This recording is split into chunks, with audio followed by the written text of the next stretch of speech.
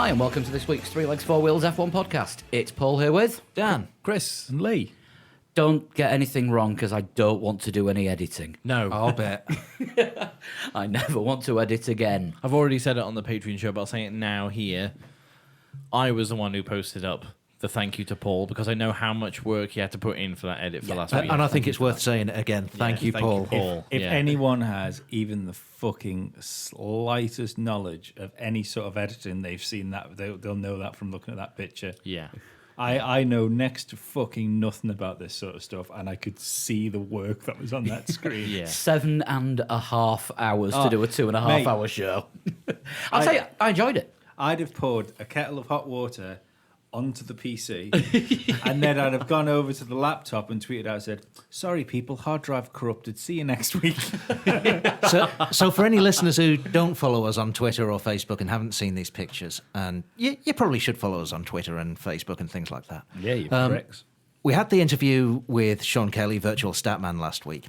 And a very good interview it was. Very good interview, but what you don't know is we could only hear half of what he was saying because it kept cutting out And at our we side. had to guess, and there were certain points where we were like, "Sorry, Sean, we didn't catch that," and he would have to explain what he'd just been talking about for the last 30 seconds, and then we'd have to react. And Paul had to pull all of that together. So Thankfully, Sean was recording all the audio from his side, so we got a full copy of it. And I just had to glue the lot together from here. yeah, And I think I did an all right job. you did a great job. It sounded really, really good. I've not wanted to listen to it since I finished it because I've got to You got- admit, you I got tired of really, listening to really it. did hear enough of it. But, thanks again all to through Sean last for coming on Tuesday. last week. Though I mean, super insightful again as always, as Yeah. he always is. But yeah, we've got a Spanish Grand Prix to preview. We later on have. this podcast. We'll be doing that first, but I think we better do some news first because stuff is happening. Seems good. Yes. Have we got any news about Spaniards? Yes, we do. Fernando Alonso. He's won the WWEC race. Well, yeah, because it's not really racing, is it? Not really, because He it's... raced his teammate. Did he? No, he didn't. It was close. Formation finish. Oh no, they called it off. What, 4 laps before the finish, didn't they? But that's- 5.5 hours before the finish of the 6-hour race. No, it was like 5 laps or something. They called it off. I mean, didn't the they? other car had an entire lap to make up because they got mysteriously penalised after they'd qualified fastest, and all of a sudden, oh, there's a problem with the fuel flow on the Toyota number 8 car. That promotes Toyota number 7 to pole. Oh, look, it's Alonso. They wouldn't sabotage their own car.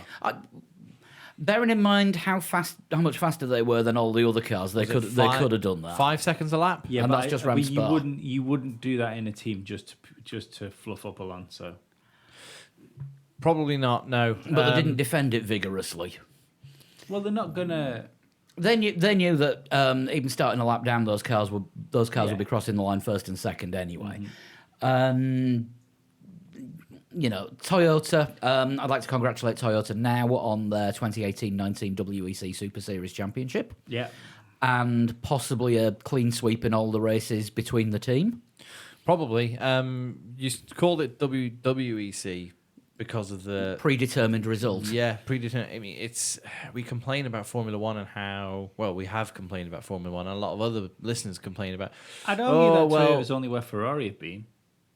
I was just about to say this is just like the Schumacher era of Ferrari, just stretched out over a slightly longer race. Yeah, ridiculous amount of pace being shown by those Toyota cars. Also, Not an awful lot. car number 8, Fernando is faster than you. Do you understand this message? Yeah. Also, there's not an awful lot of competition in WEC at the moment for Toyota.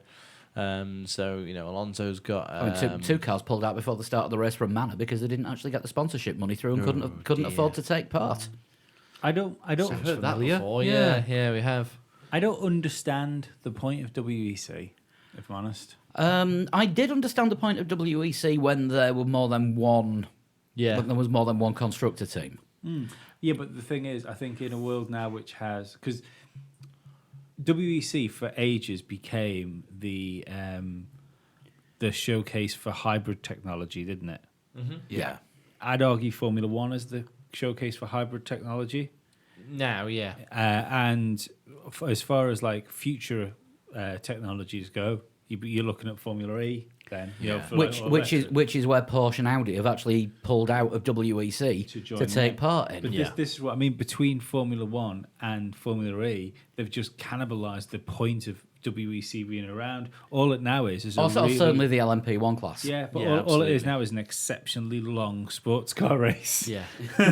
But that is kind of in the name. Oh World Endurance, Endurance. Championship. Yeah. which is a direct follow-on from the World Sports Car Championship. Yeah. Yeah.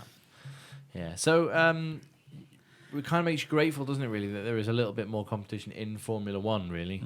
All right, okay. Ferrari and Mercedes appear to be the two cars who will be fighting it out for the championship this year, but we've got to battle two different teams, Yeah. 4 drivers, possibly.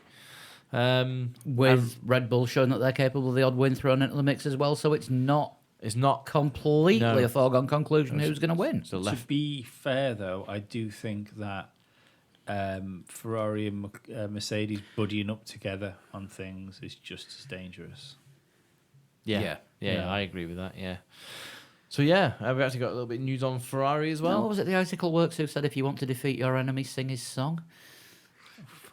80s pop references. Wow. I think there was only Dan in this room actually got that. Yes, I didn't get it. You could have lied to me there and said it was written by some monk in Tibet. I think, I think it was written by a drunk scouser in 1987. I think you're overestimating the number of people in the room who got the reference. I've heard of the Icicle Works. Oh dear God! So that was just Paul making a reference Yeah. for himself. Being old, it's a good quote though. It is a great quote, to be fair. I mean, again, if you like Lee, if you'd said that was a Tibetan monk, I'd have been like, wise. Very wise. Tell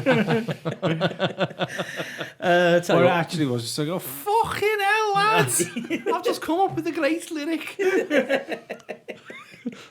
tell you what, we'll talk about Kimi Räikkönen instead. Talking about being old and wise. Yes. Yeah, Kimi Yes. Räikkönen. Yes, he has got an old head on old shoulders and a liver that's about 3 times the age of the rest of them put together. People asking him when he's going to retire. Everybody seems to be pretty certain he's retiring this year. So he's actually come out and answered it for a change. What is this 2016? It's all 2015, Yeah. all 2017. Take your pick. I'd tell him when pension age kicks in. Yeah, he said it's the same story every year. He's getting bored of answering questions now. Yeah. Are we saying now Kimi Räikkönen is the best person to replace Kimi Räikkönen for next season in Ferrari? I don't know that there's anyone else to replace him, to be honest with you. I tell you what, I reckon Charles Leclerc's going to have a reasonable thing by the end of the year. I think he will look good in that Haas partnering K-Mag when Grosjean's out on his arse. It's not a bad, Yeah. not a bad call, that. Yeah, I would think. Mind you, it depends what I did start writing stick that. into Alpha next year, doesn't it? Yeah, I did write that silly season article that I promised to write a couple of weeks ago, but just finishing it is so difficult because like, trying to place drivers in other teams. Because you think they're probably going to stay in Formula One, but Yeah. they're definitely not going to be in the team they're in now. I mean, Grosjean, just for to example. confuse matters even further, Mercedes have said in the last week that they're only looking at Mercedes-owned drivers for seats They're 3 wives I for think next Toto year, said. and they are not ruling out a return for Verline either. No, they said they're only looking at their 3 wives for Formula One seats for next year. And I don't know how much of that I believe. That's Hamilton, Bottas, and Ocon. But I mean, I if- thought you meant Susie was in the mix again. No. But yeah, they did mention that if they could get a seat for Pascal Wehrlein in Formula One, that they'd bring him in again. Of course, you've got George Russell as well, haven't you, on the fringes? He's doing a test in Spain as well. We've got the But not in a Mercedes. He's doing the test in the Force Force India, India. yeah, we'll get we'll, to the testing. we'll get to the shortly. testing lineup later on. But yeah, Ocon's not really like he's almost taken his hat out of the ring this year, hasn't he? not yet. He's he performed At the quite well. minute. He performed quite well in Baku. Not as well as Perez, clearly, but But that's the thing. He has to beat Perez oh yeah for that Mercedes because Perez is no Mercedes driver. No. But the problem is Perez has to beat Ocon to show that he's got a future. Oh yeah. It's the real spirit of competition in Force India, which if they can stop from running into each other, it'll be great to see. I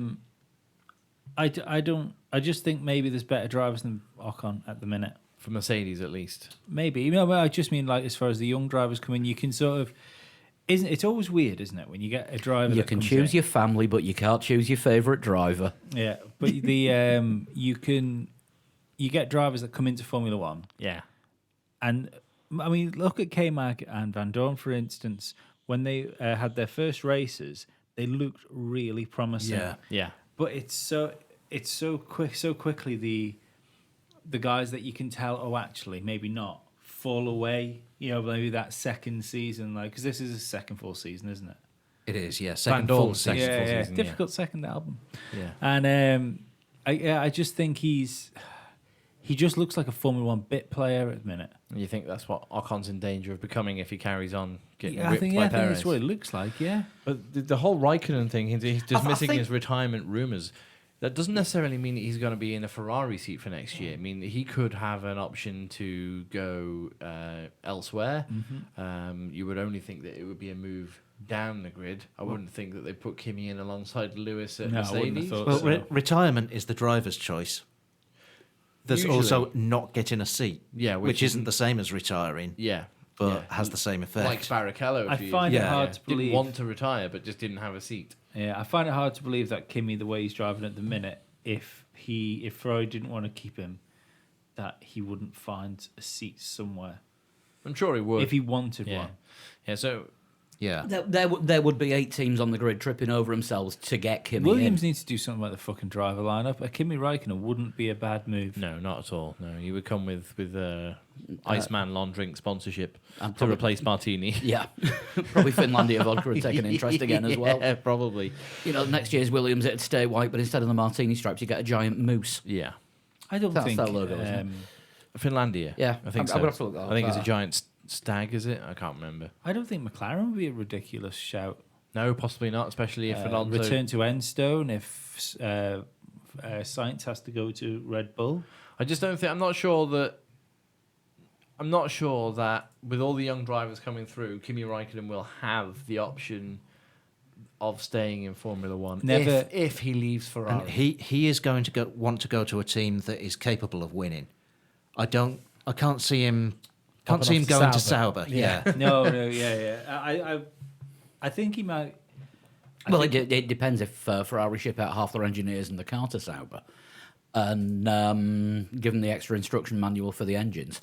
But you know what I mean. You can't see him going to a back of the grid team just so No. that he's in Formula One. yeah. I don't think you go any further down than either like one of the name teams or Like a Renault. Yeah. Renault's probably not a bad shout, to be honest. If Sainz has to go somewhere, I Don't think forget though, with Sainz, his contract with Red Bull runs out at the end of the year. So from the start of 2019, Sainz can actually go where he wants to go or wherever he's wanted, and Renault will get first option on keeping him. I would have thought. unless they've decided like if Ricardo's going, and they initiate that clause and announce him for next year. Dangle a large amount of money in front of his face.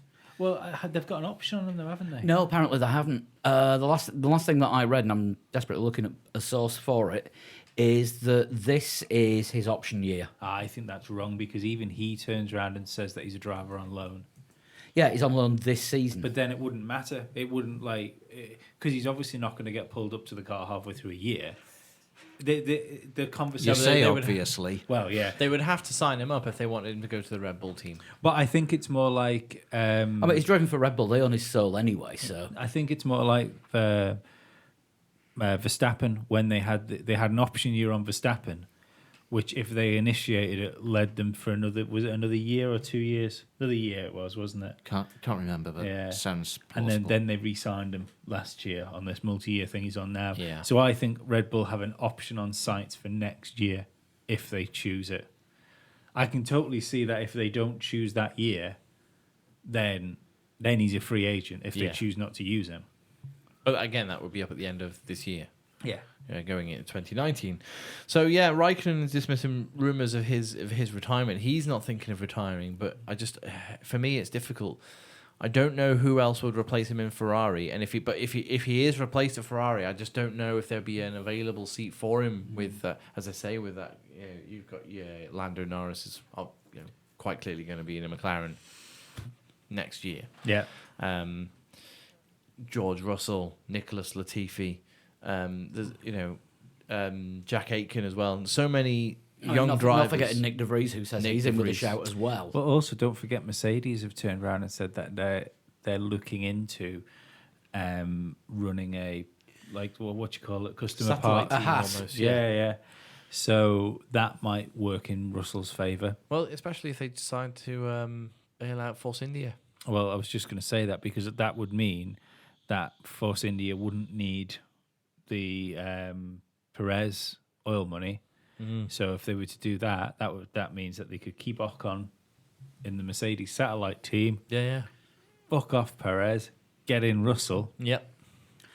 Interesting to see, though, that both Mercedes customer engine teams are the two that are managing to keep their heads above water, but only just, but are financially shafted. Yeah. Yeah. So actually, do you know what? If Mercedes are going to run a junior team It would be or a second team, I didn't think of that. it could be either of them. Because what I think we'll get is Force India and Williams both pleading poverty to Mercedes, saying we are ripe to be your Well, they nearly did it with Manor, your didn't they? chosen ones. Yeah, it looked like at one point it was going to be Manor. Yeah. And I think I'm just putting these thoughts together now. I think this is what's behind Paddy Lowe going to Williams.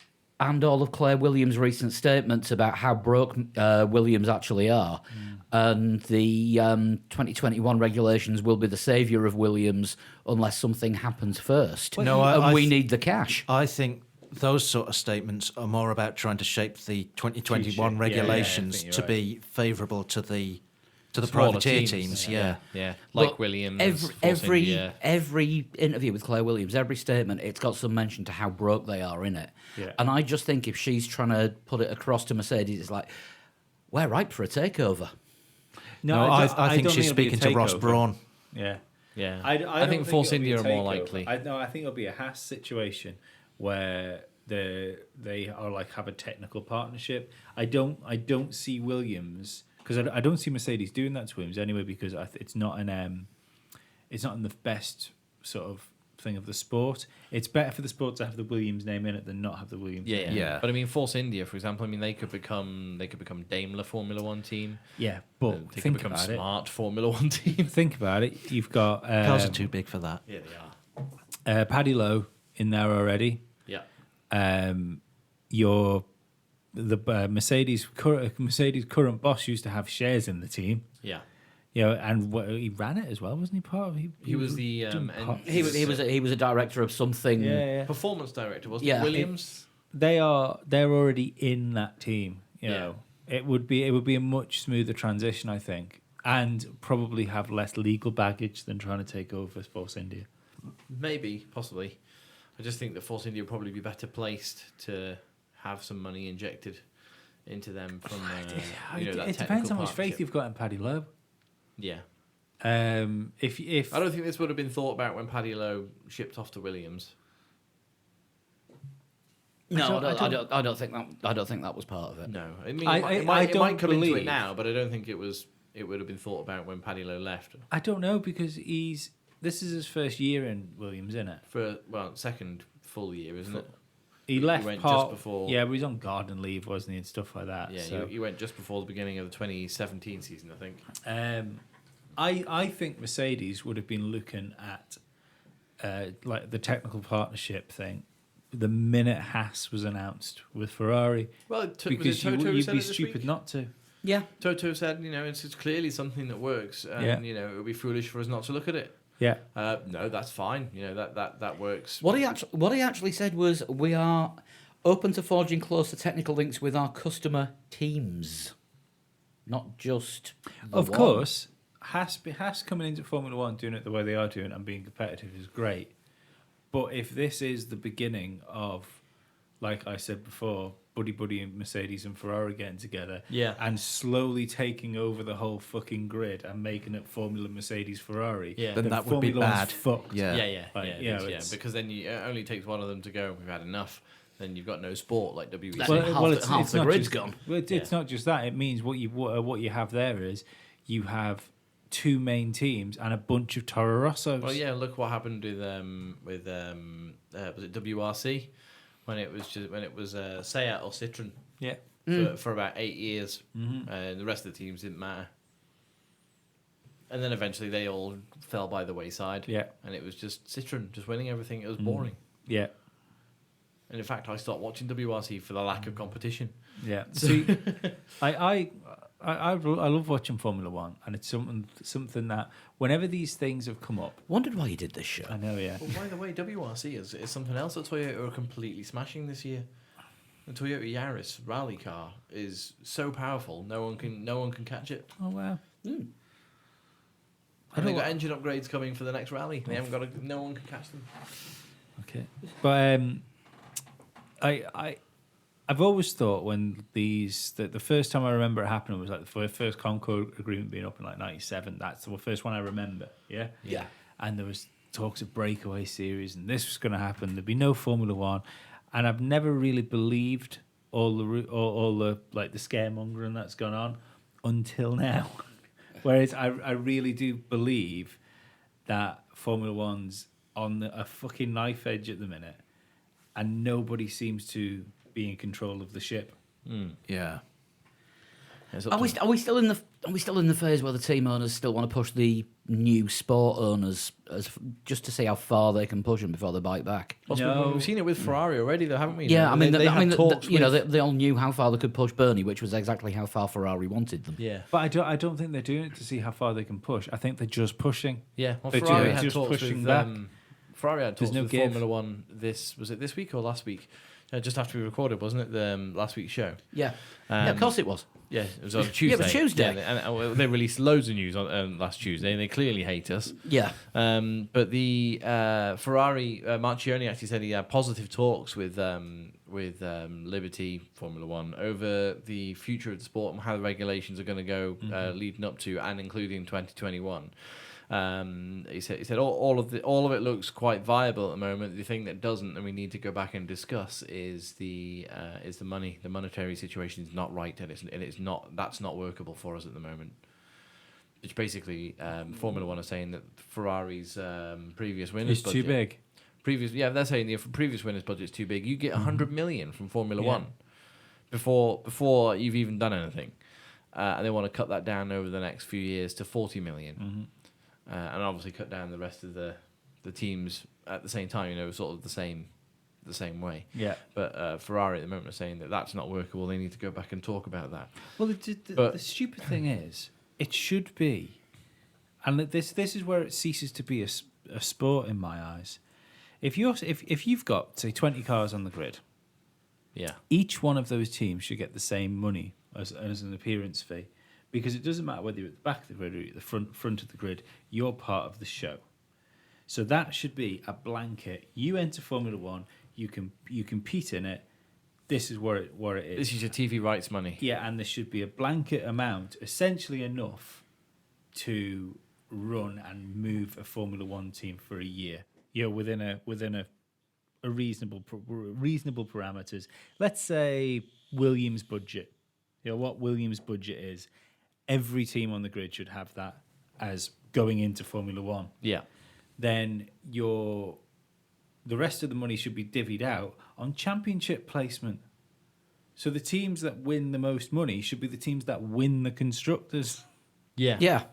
Now that to me is the simplest thing in the fucking Yeah. world. And if the following year, Anything you make from sponsorship, you can use Yeah, to of top up course. the running costs of your team. Yeah. yeah, and if the following year the constructors winners finish third, they don't get any extra money for finishing first 2 years ago. They only get the money for finishing third.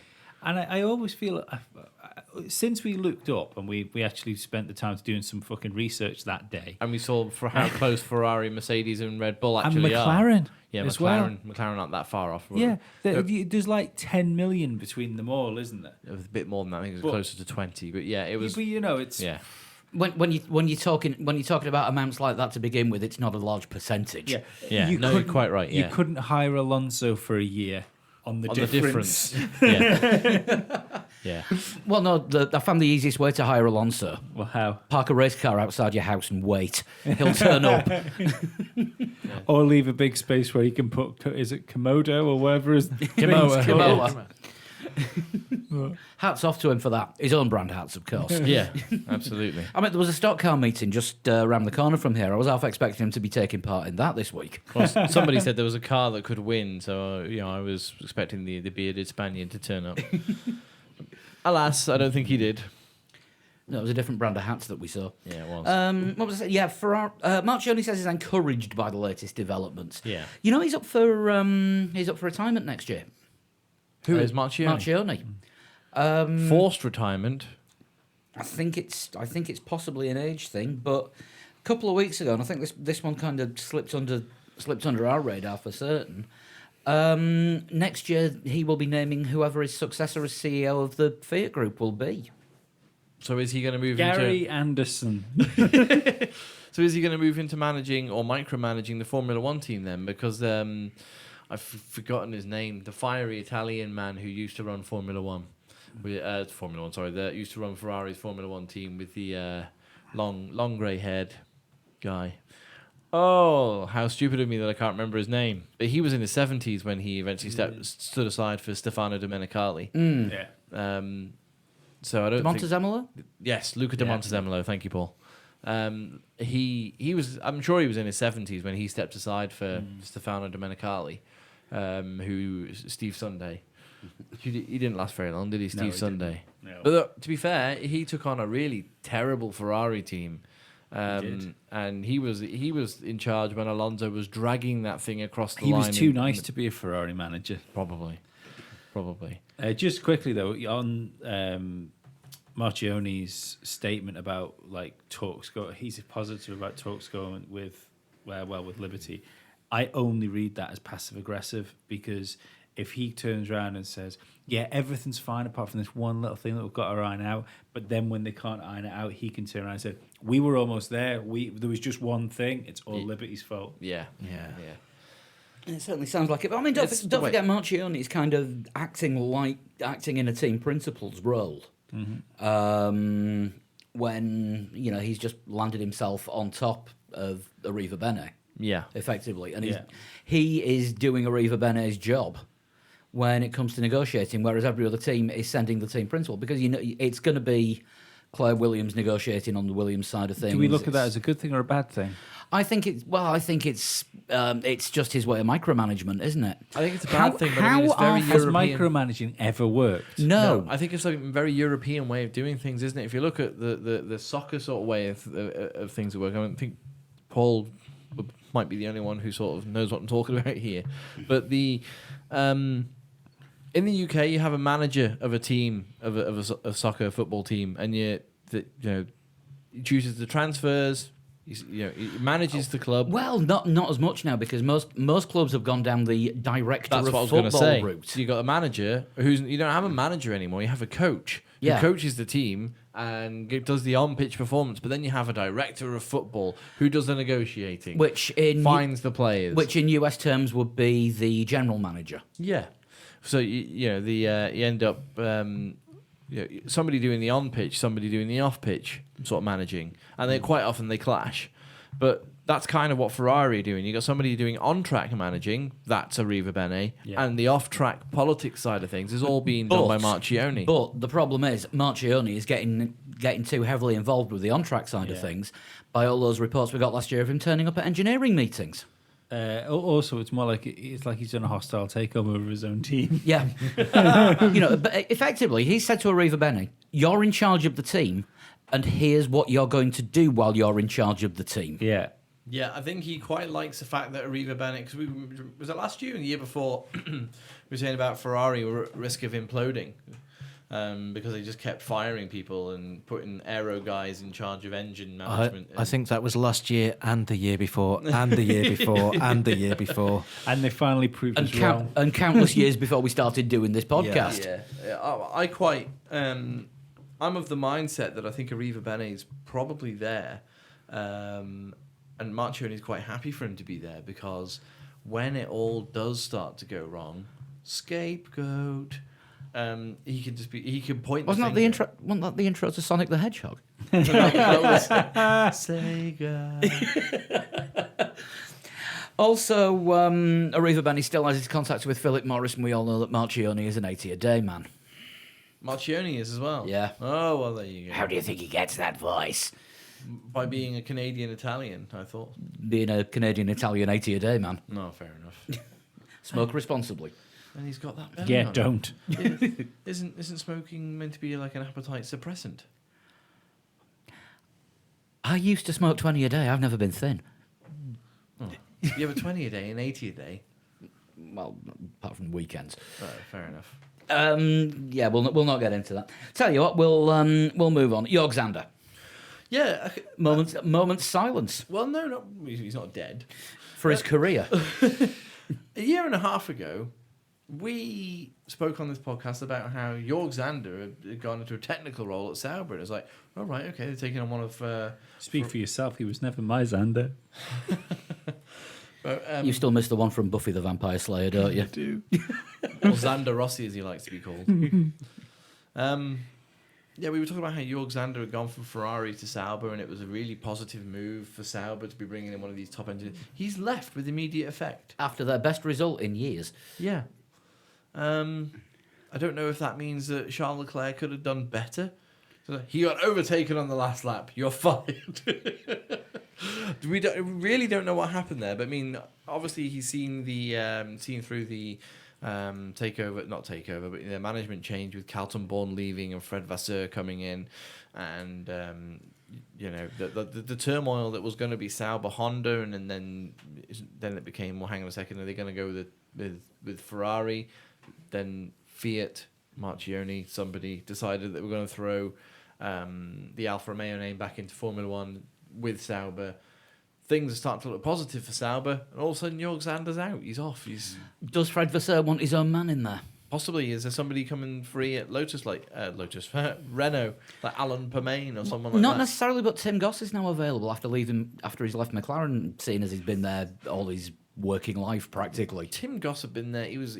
Tim Goss started at McLaren in 1990. Yeah, that's original McLaren Honda era. Yeah. When they were winning world championships. Yeah, that's a strange one. Maybe. I mean, there's one site I'm looking at. They're speculating, and they're speculating wilder than us.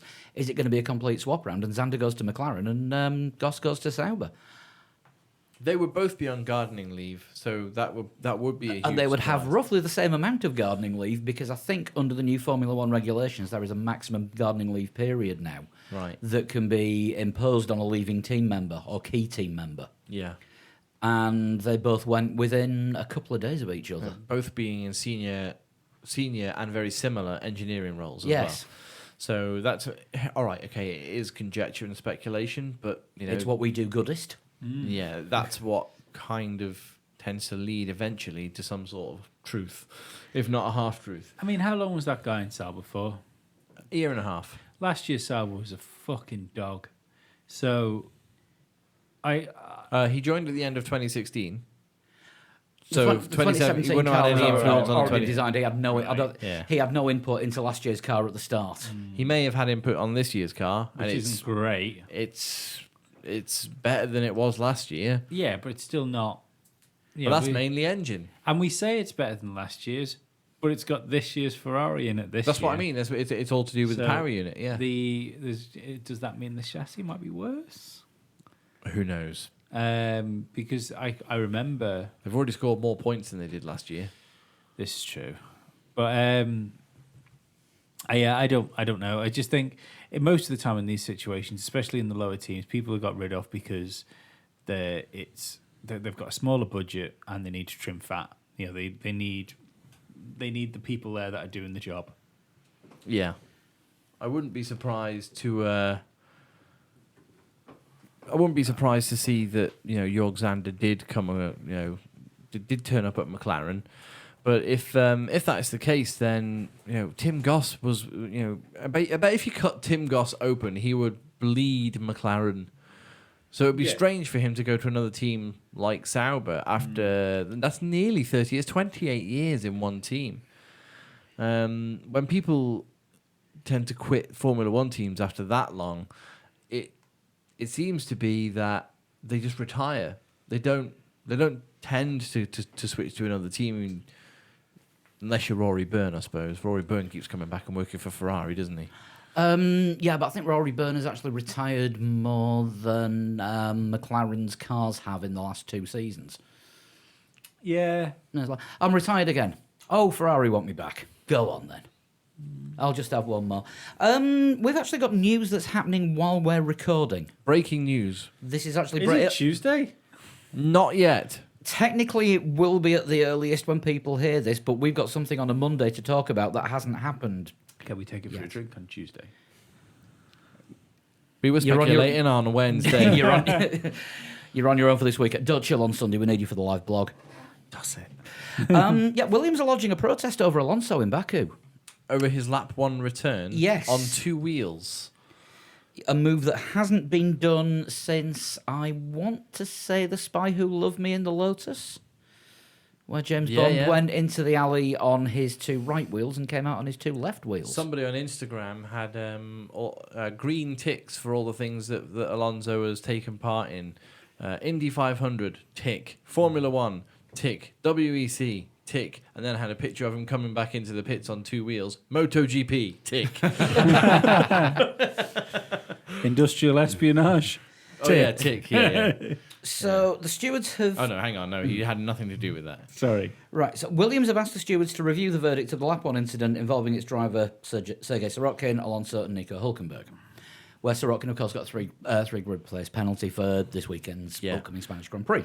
Okay. The stewards noted in a statement, the team has requested the stewards review an incident involving cars 17, 27 and 35 in turn 2 of lap 1 of the race and the actions of the driver of car 14 in returning to the pits. The stewards note that the reference to car 17 above is most likely incorrect and should be car 14, Right, okay. namely Fernando Alonso. Williams has also requested the stewards consider the decisions it made regarding Esteban Ocon and Kevin Magnussen's clashes on the first lap of the race.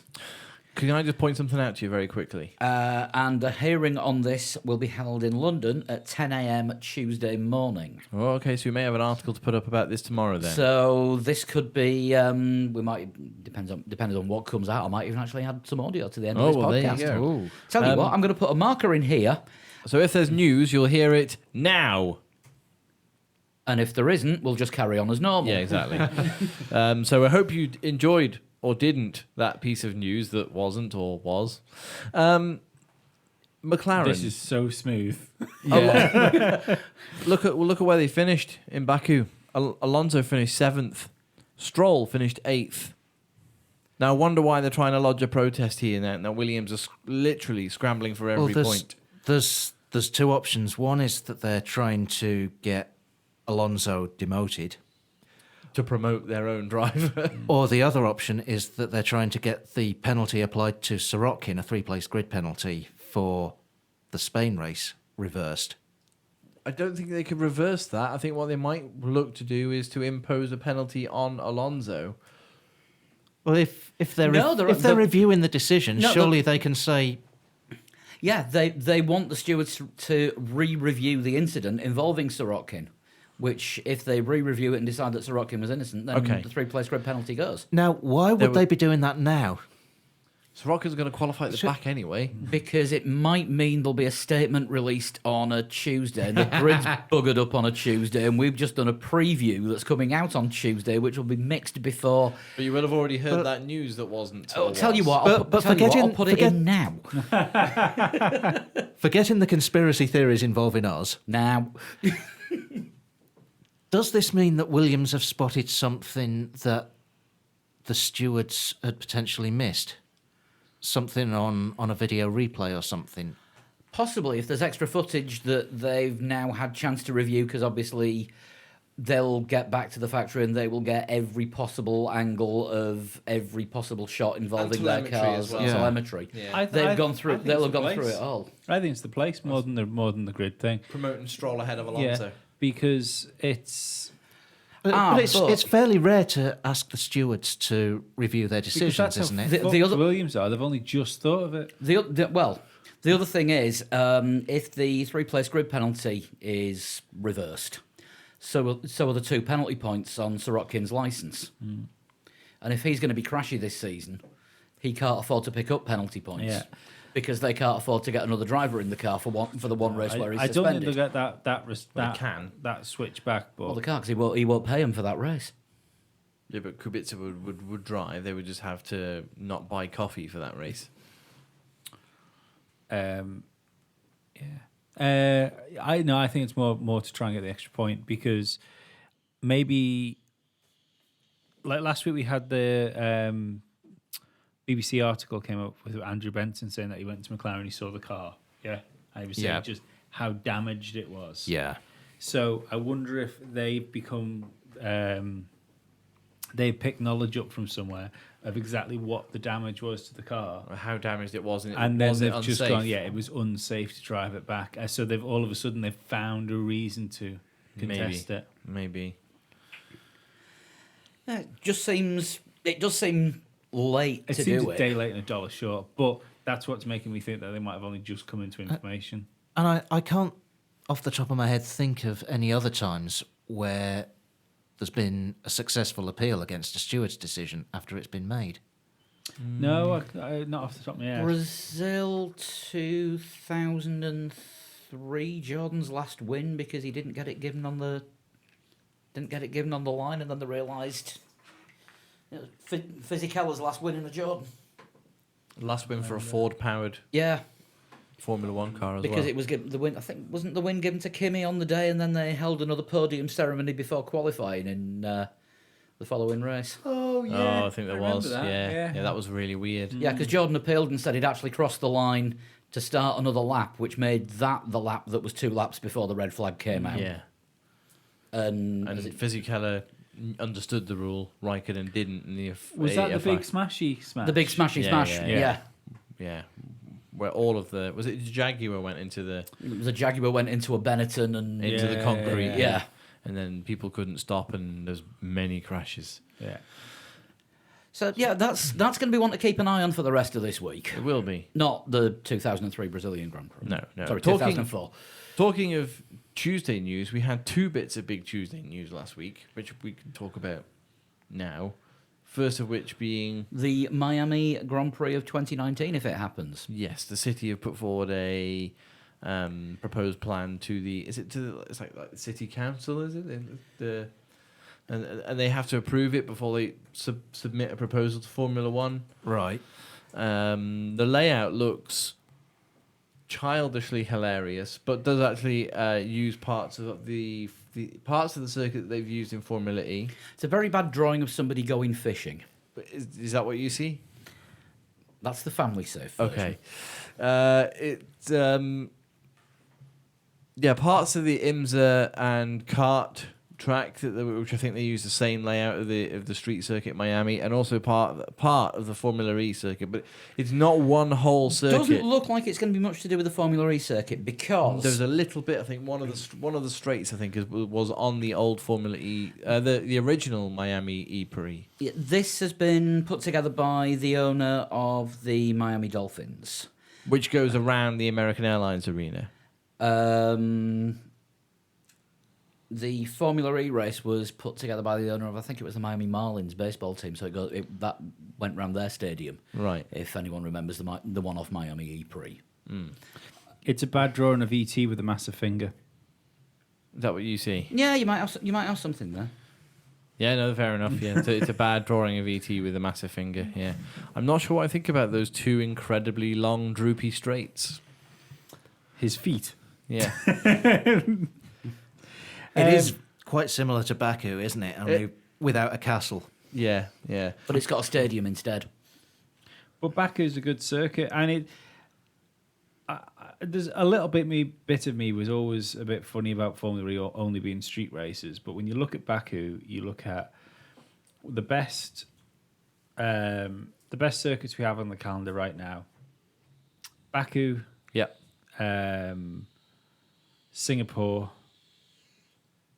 Adelaide. Wow, Melbourne. Austin. Austin, but I can't really take Austin because Austin is a circuit. Yeah, Melbourne. oh, yeah. Melbourne's part street circuit, but Yeah. it's a road that goes around the park. But it does seem that it's easier to build a good race circuit on a. There's a better hit ratio for for street circuits than there is. Bear in mind how Spa. boring the Melbourne. You throw Spa in there as well because that's part public road. Yeah, I that's don't true. think it is. I think they've Well- closed it now to public roads. Or Spa. it was It used originally to be- designed. Those roads were originally designed as public roads, Yeah, and yeah. they still follow the same path. So it was a I'm making a public road, yeah. making a point really badly here. Well, basically, I'm saying it seems easier to make a good circuit out of a street circuit than it does to build a new Formula One circuit. Yeah, I mean Formula E on street circuits probably would be nowhere near as exciting as it has been at times. Yeah. I'm using the word. I still think Formula E circuits are too narrow. That's Yeah. the problem Yeah. they've got. But Formula I think- E has I had think Formula- had excitement because of street circuits. I think Formula E's improved the track widths in the last season or two. It's still too narrow. I mean, London was the peak of it being too Yeah. narrow when it was a car plus 5 feet. Yeah. Yeah, no room to even have a look Yeah. where you're going. Yeah, I think there was about 3 corners where you could overtake, and the rest of it was just sit behind and hope he gets to the next corner. Well, wrong. having said that, Baku, there's no way you can get anywhere close up going through the castle section. No, but It's that's only a can't. small section. that's only a small section of the track. The rest of the course Excuse me. Yeah, is wide enough to Yeah, do yeah. it. To be fair, you only need 2 or 3 good overtaking opportunities, as long as they're good overtaking opportunities. So what do we think then? Miami 2019. They're I looking think at it'll be in. looking at a late October race. So what does that mean for Austin? Now we Well, were talking about this before we started recording, and I think it's going to involve Formula One making 2 visits to the Americas. And We Austin, don't think they're gonna bin Austin off, do No, we? Austin will get moved to earlier in the season, so it's closer to Canada. I think they're doing it in the same America. No, the Americas, because they're Central and South as well. I know. And then visit 2 will be Miami, Mexico, and Brazil later in the year. I think what it'll mean for Austin is a race in May or early June.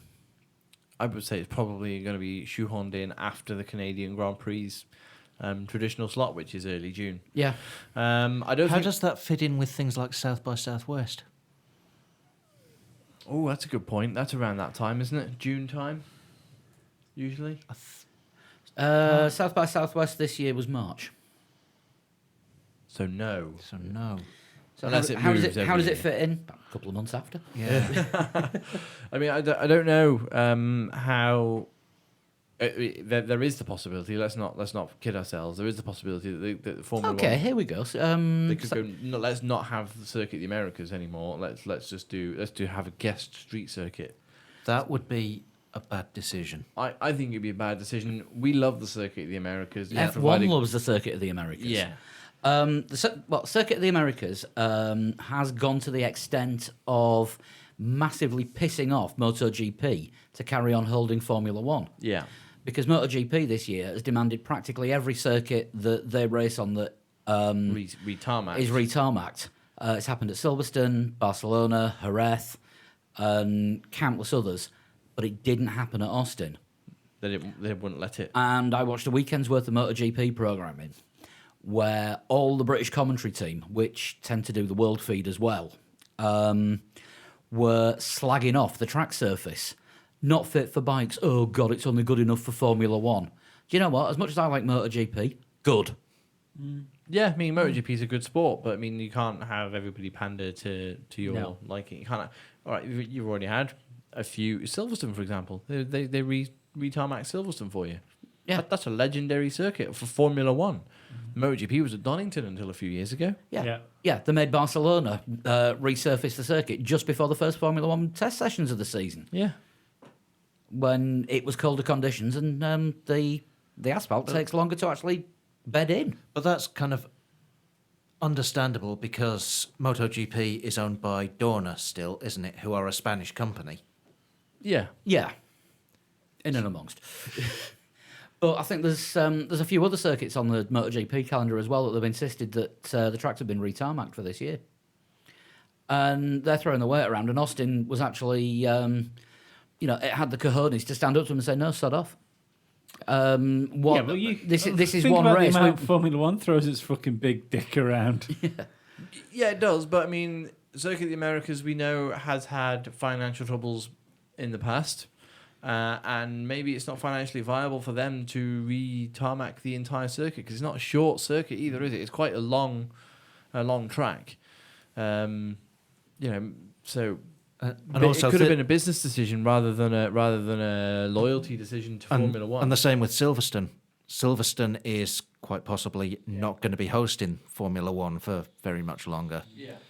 So they may be saying, right, MotoGP is going to be our premier event. We'll do what they want. It's very possible. The top and bottom of it is as well. It's all down to who brings the most money in. Maybe, Formula One charges a ridiculous amount to hold a race. I'm sure it's cheaper to hold a MotoGP race. Yeah. And when you look at the crowds that come to a MotoGP race, they're not. They're probably equal to Formula One. On some circuits, it might be more. It's. Fucking Spain loves its MotoGP, doesn't it? Yeah, Well, I absolutely. remember several years ago, the World Superbikes in Britain was Britain's biggest live spectator event. Yeah. It was something like 200 and, Fogarty time sort of time. around Fogarty time, Yeah. 215,000 people at Donington. Yeah. Which is huge. Yeah, absolutely. But I mean, it's a possibility that they could cut Circuit of the Americas from the calendar, but I don't think they will. I And don't my think they will reasoning because behind it is that they're trying to build that audience in America, and the people who may have got interested last year when they did the whole big intros thing and they threw a lot at that event in Austin Yeah. will be a bit confused if next year. Well, where's that race that they do in Austin? Are they not doing that? And Liberty have said they want 2 US Grand Prix. Yeah, they want 2 US races, and the calendar now allows for up to 25 races. So That's going to mean a longer season because they can't shoehorn more than 1 3-week we can get rid double of this back-to-back. stupid summer holiday. March to November it's going to have to be, isn't it? Yeah. Early March to end of November. Yeah, and the summer break, I think that might just be a 2-week gap. Give them the bank holiday weekend. No, because that's No, that's Belgium that's Grand Belgium. Prix. Don't give them the bank holiday weekend, otherwise we'd lose Spa We'll again. make a bank holiday weekend. Talking to Michael Bernie's Day. Buffer intros. yeah. He was doing the boxing on Saturday. Yeah, but he was also doing the football on Sunday Oh, for no. Man City on the pitch, announcing all the players. They forgot to turn the sprinklers off. No way. Is that a real thing? That is a real thing. I saw it on the news this morning. It'll be on YouTube. So $2 million to get soaked. Yes. So probably an extra $1 million to get that suit. Let's repaired. get ready to sprinkle. It was. He's there with his bit of paper announcing the teams. Did it just keep going? Yeah. Get in Consummate there. What a professional. professional. How many pronunciation mistakes did he make? I only saw the bit where he got hit by the sprinklers. I wonder how many pronunciation mistakes he didn't make. That's probably the quicker Because question. he got a few wrong with the Formula One, didn't he, last year? But Yeah. he's not a Formula One fan, so we can kind of forgive that. Yeah, and after watching the boxing on Saturday, we decided between me and Sean that he gets paid by the syllable. Yeah. Because everyone knows the Scamps fighter that won as Tony Bellew. He announced him as Anthony. He got an extra syllable in there. That was an extra 50,000. I've just completely thrown this one off course, haven't I? Yeah, I'm just gonna drag her back in. Do we But think? yeah, look it up on YouTube. Michael Buffer getting soaked. But do we think there's a chance that if Circuit of the Americas is looking iffy, would Liberty prefer Circuit of the Americas in Miami, or would it prefer New Jersey and Miami? I think they'd go for a circuit and a street circuit. Yeah, I think. Do you so. think? I think Yeah. I agree with Dan. Yeah, a proper race circuit, even if that's not Circuit of the Americas, and I hope it is. But I think they maybe move it to Laguna Seca, somewhere Yeah. like that. Like a proper. I think the prob- Laguna Seca wouldn't happen. The I'd prob- love it Watkins to. Glen but or something yeah. like that. Do you know what I mean? The problem is, and people have been sort of talking about this between themselves on our Facebook page after the post that Sean put up last week. Yeah. About they should hold a race at this, should hold a race at the other.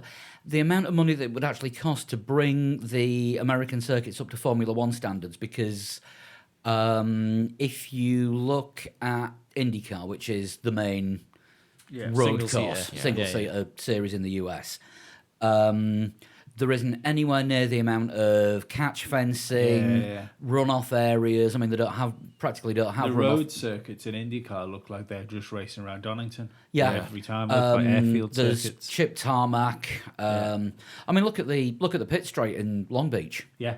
That is, it's a public road, but they don't even do the same upkeep that they do on the public road course in the Isle of Man. Yeah. Yeah. Yeah, they don't weld down the manhole covers or anything for the downforce and stuff I, like that. I for think Formula that, One. I think they do that, but you're running across cracks and chipped Oh tarmac yeah, yeah, and yeah. It's a shame they fucked Indianapolis really because it's such a name. You know, it's Yeah. such a brand Yeah. name to have Yeah. your race in. But yeah, I think there are only two circuits in the US, which is the Indianapolis Road Course and Circuit of the Americas, What if- that are actually the right grade for a you could Formula go back One to race. Indianapolis. Yeah. Well, what if they do run Miami and Austin back to back, and then follow it up with Mexico and Brazil after that? Do we dare think about taking the show on the road? We definitely dare. I think we. But we definitely dare to think about it. We've just got to go speak to our bank manager and say, do you dare lend us some money? Absolutely. Hello, patrons. That would be an event. Yeah, I'd like to do the show on the road one day. Yeah. It would actually be good to do a show with an audience of listeners. Yes, that'd be actually good. there while we're doing the show. Absolutely. That would be, I don't know, cafe or something. Hire Yeah. out a cafe or a bar or something and just sit there and just have, listeners come in and ask us questions in the middle of... It sounds odd, like a live recording of a podcast. Does that make any sense at all? Like, obviously, we record every podcast live, but with an audience. But a chance to actually be at the recording. Yeah. Three Legs, Four Wheels is filmed in front of a live studio audience. Can we have canned laughter? We need some laughter because people won't be laughing. Yeah. I'm going to have to get a second onboard mixing desk where I can sort of punch in the effects live. Yeah. Yeah. Yeah. We can do that, can't we? With the music thing, triggered samples. Yeah, we can work out a way to do Yeah. it. Do anything. Canned laughter. Canned tumbleweed. Yes. So this polar bear walks into a... But anyway. Right, let's have a look. What We had have we another got bit of next? Tuesday news. That Oh, broke the as well. the other bit of Tuesday news. You The bastards. Yeah, the 2019 Aero rules came out last Tuesday morning, which... No, midnight, wasn't it, on Tuesday? Sorry, yes, it was... We got home. Like, It was Tuesday morning. It was 0001. Yeah. Yeah, it was. Any earlier, it would have been news on a Monday. Yeah, we'd have been. We were binary news. There are 10 types of people in this world. Yeah, I think we finished recording here. I got home, turned my computer on just to see if there was any news that I'd missed. That popped up, and I just sent a message to you guys going, "Fuck." Yeah, pretty much. Yeah, I got that just before I went to bed, and I was like, "Oh, you're joking! They've just released the Aero rules." I was fuming for all of about 2 minutes. I thought, I've got to go to bed. Yeah. I've got to get up for work in the morning. But no, I was angry that the news had come out literally just as we finished recording the podcast, and it was big news as well because they're talking about mainly the draft that comes off of the car, this updraft that makes cars difficult to follow each other. Ross Brawn thinks he's found a way around that by making the wings bigger, by which I mean wider, But simpler. but a lot simpler. Yeah. That's the thing. So the cars are still going to have the aero. Am I because right, he's right making in thinking that the two sides where you usually have all the tiers won't be workable? they have to be flat. Yeah. Yeah, flatter wings. Same with the rear wing as well. Mm-hmm. It's going to be a wider wing, and it's going to be set forward, is it slightly, to catch more of the air and to stop so much turbulent Not air. unlike the front wings during the 2009 World Championship winning Brawn era. No, it's simpler than that. I think we're going to go back to early '90s style wings, and I would love that. I would. I don't know. I'll have to wait. I mean, yeah, if they can race each other, great. But I think Formula One's in this horrible sticky situation now where when they start ripping the aero off, they're going to make the cars slower, and then we're going to be back to not setting lap records. But I don't know that making the wings bigger will account for these old tall structures you see on these wings. Because they're trying to make the most of the space they've got, so Maybe. they're giving them more space to have Yeah. more downforce. So it's the turbulent air they're getting rid I hope of. so. I do. And- I do. The turbulent air is now supposed to disappear up and away from the car rather than directly behind it. That's the thinking behind making these wings changes, making them simpler for 2019. So the cars will look more like classic racing cars a little. Yeah. Sponsorship might be a bit more difficult on the rear wing though, because they're going to be flatter rather than. But so the upright. top plane will be larger, which is the DRS flap. Right. Okay. So, So they're making you'll- that bigger as well. So that's going to be bigger, so you're But going to get that's more not room. what we want. That's not what we want. Isn't more powerful DRS. Because on some circuits now it's too powerful. Baku it was too powerful. Yeah. But if it makes cars able to follow each other without But the then, DRS, but what's the point if cars can follow each other that closely and then just get on the straight and then just go straight past? The idea is getting them to follow each to other race closely. without Well, DRS. the ideal is no DRS. yeah, that Or completely open DRS, use it anytime you want. Yeah. If you're brave enough to go around that corner with no rear wing, good on you, mate. You can pay for your own rescue. I can't see them doing that. No. Yeah, but they used to allow it in practice sessions, didn't they? Yeah. In practice and qualifying, they could actually open DRS whenever they wanted outside of the DRS the top and single bottom zone. No, the top and bottom of it is you don't want two cars racing each other down a pit straight at 200 mile an hour with 40% less downforce on both of the cars.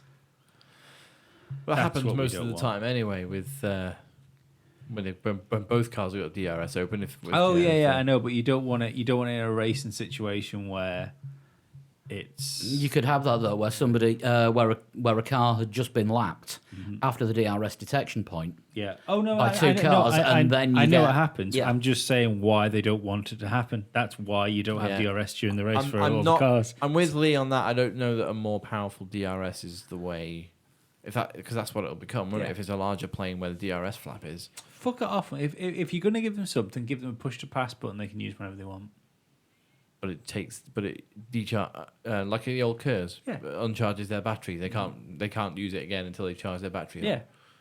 But it just recharges under braking all the time, so it's Yeah. It would make sense. I mean, get rid of DRS is completely and utterly artificial. I mean, realistically, they have got a push to pass button, haven't they? Because you hear them saying when the battery's charged up and Yeah. they're deploying battery power and stuff like that. Yeah, yeah. It's not as blatant as what is it? The Formula E push to pass or the IndyCar push to pass. In fact- where you got a certain number of uses. Yeah. In fact, it doesn't work in Formula One, the push to pass button, really, because the reason it works in IndyCar is it's because it's an oval, when they're going round.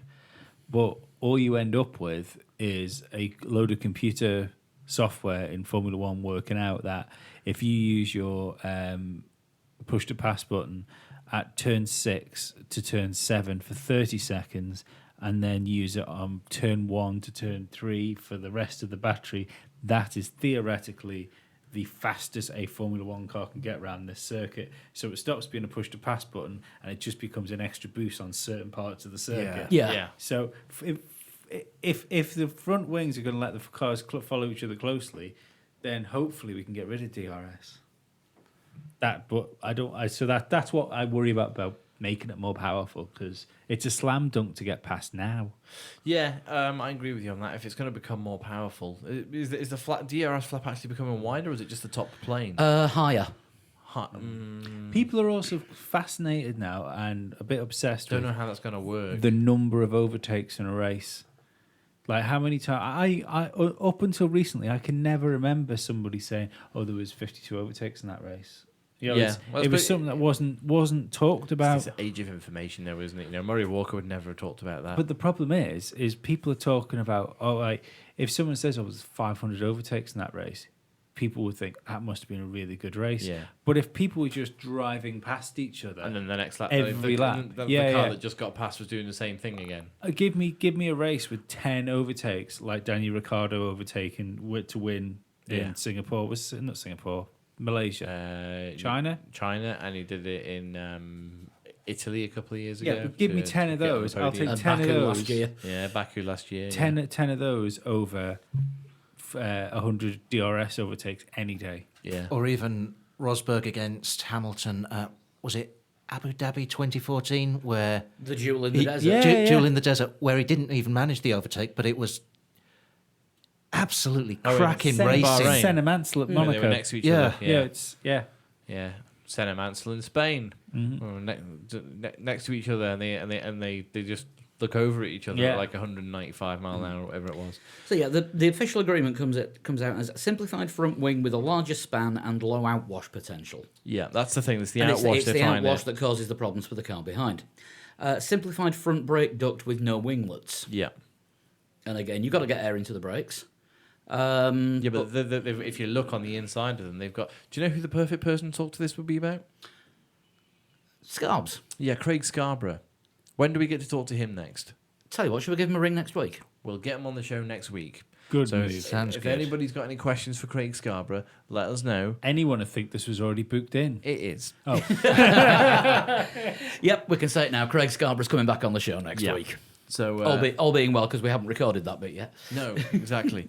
But the we're going to see cars with upgrades. Obviously, there's talk of these new rules, so it's the perfect time to get Scarbs back on the show after we had him on pre-season talking about what was going on in the testing. Yes. So looking forward to having him back on. If you got any technical questions, something you're not quite sure about, like us, we don't Yeah. really know what these 2019 rules mean just quite yet, then give us a shout and we'll see if we can get your question over to Scarbs. Yeah, definitely. Right. What do we have here? I've put in there testing in We Spain have lineups. Spain testing lineups. Because there is a tyre test and an in-season test for Brits everywhere. British drivers all over the place. I think, if I'm right in saying, I'm just gonna. Whilst Paul's getting that ready, we got George Russell will be testing a Force India. Yes. He did a FP1 in towards the end of last year in a Force India. Jack Aitken, I believe, is driving a Renault for one of the days. So that's Renault's current reserve driver. Yeah, he's Renault's current reserve driver. Lando Norris is going to be driving the McLaren for one of the days. Interestingly, up against Stoffel Van Dorn, I wonder if that's going to be performance test between the two of them. I tell you what, it's going to be interesting to see the lap times. Yeah. Or is that just because Alonso's busy doing other things? He might be busy doing that. He might need an extra day off. Alonso is now booked for every weekend for the next 6 months. Yeah. He was talking last week about if he only feels 90% in the morning, he doesn't get out of bed. He wants to be 99% up there every day. Okay. Because he's there is a calendar kicking about somewhere, and I will try and find it and share it. Alonso's calendar. Alonso's calendar for the next 6 months, and he has something every weekend. His outlook must be well booked. There's various racing and in-season testing Yeah. for Toyota And Formula One. and Formula One Yeah. and God knows what else. Yeah. So, what do we have here? We have Jack Aitken making his debut in one of this year's cars. Yep. He will be driving the Renault. Who else is driving for the Renault? Carlos Sainz will be on the Tuesday, Jack Aitken on the Wednesday. Right. Toro Rosso have got Sean Gelael and Pierre Gasly doing their test. Leaving Brendan Hartley out of it. Yeah, I think Sean Gelael is getting in because Because chicken money. Here's a large amount of chicken money. Because after Surely people money would be like more use to Toro Rosso. You're clearly a man which doesn't look at the exchange rates. it looks like it's Kentucky Fried Testing Seat for Sean Yeah. Gelael. KFT. I'd like to thank the air freshener for at least giving us something from that. Other chicken outlets are available. Especially outside of Indonesia, because that's where all these dad's chicken outlets are. Yes. Lando Norris is driving for McLaren on both days, although McLaren are putting two cars in, one of them for themselves and one of them doing a Pirelli test. Yeah. And- Pirelli test is being done by Stoffel, isn't it? One day.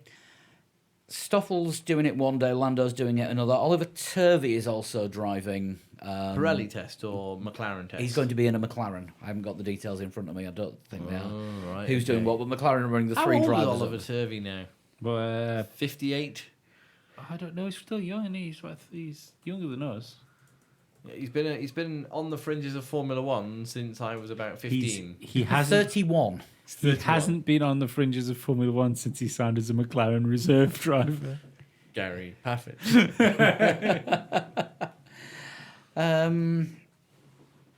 and didn't take part in the WEC race at the weekend because he's driving for Manor this year, Right.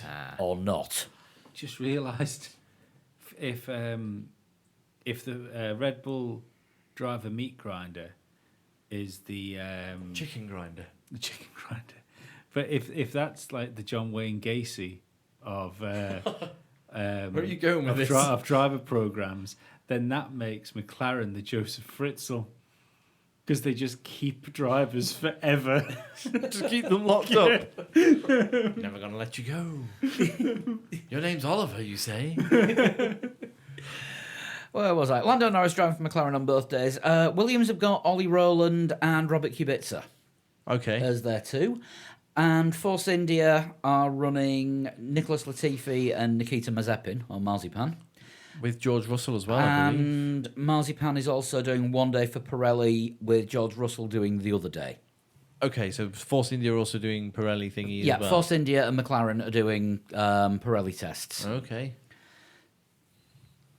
Still no word on who's doing the Ferrari. Nicholas Latifi's a good shout, though, isn't it, for,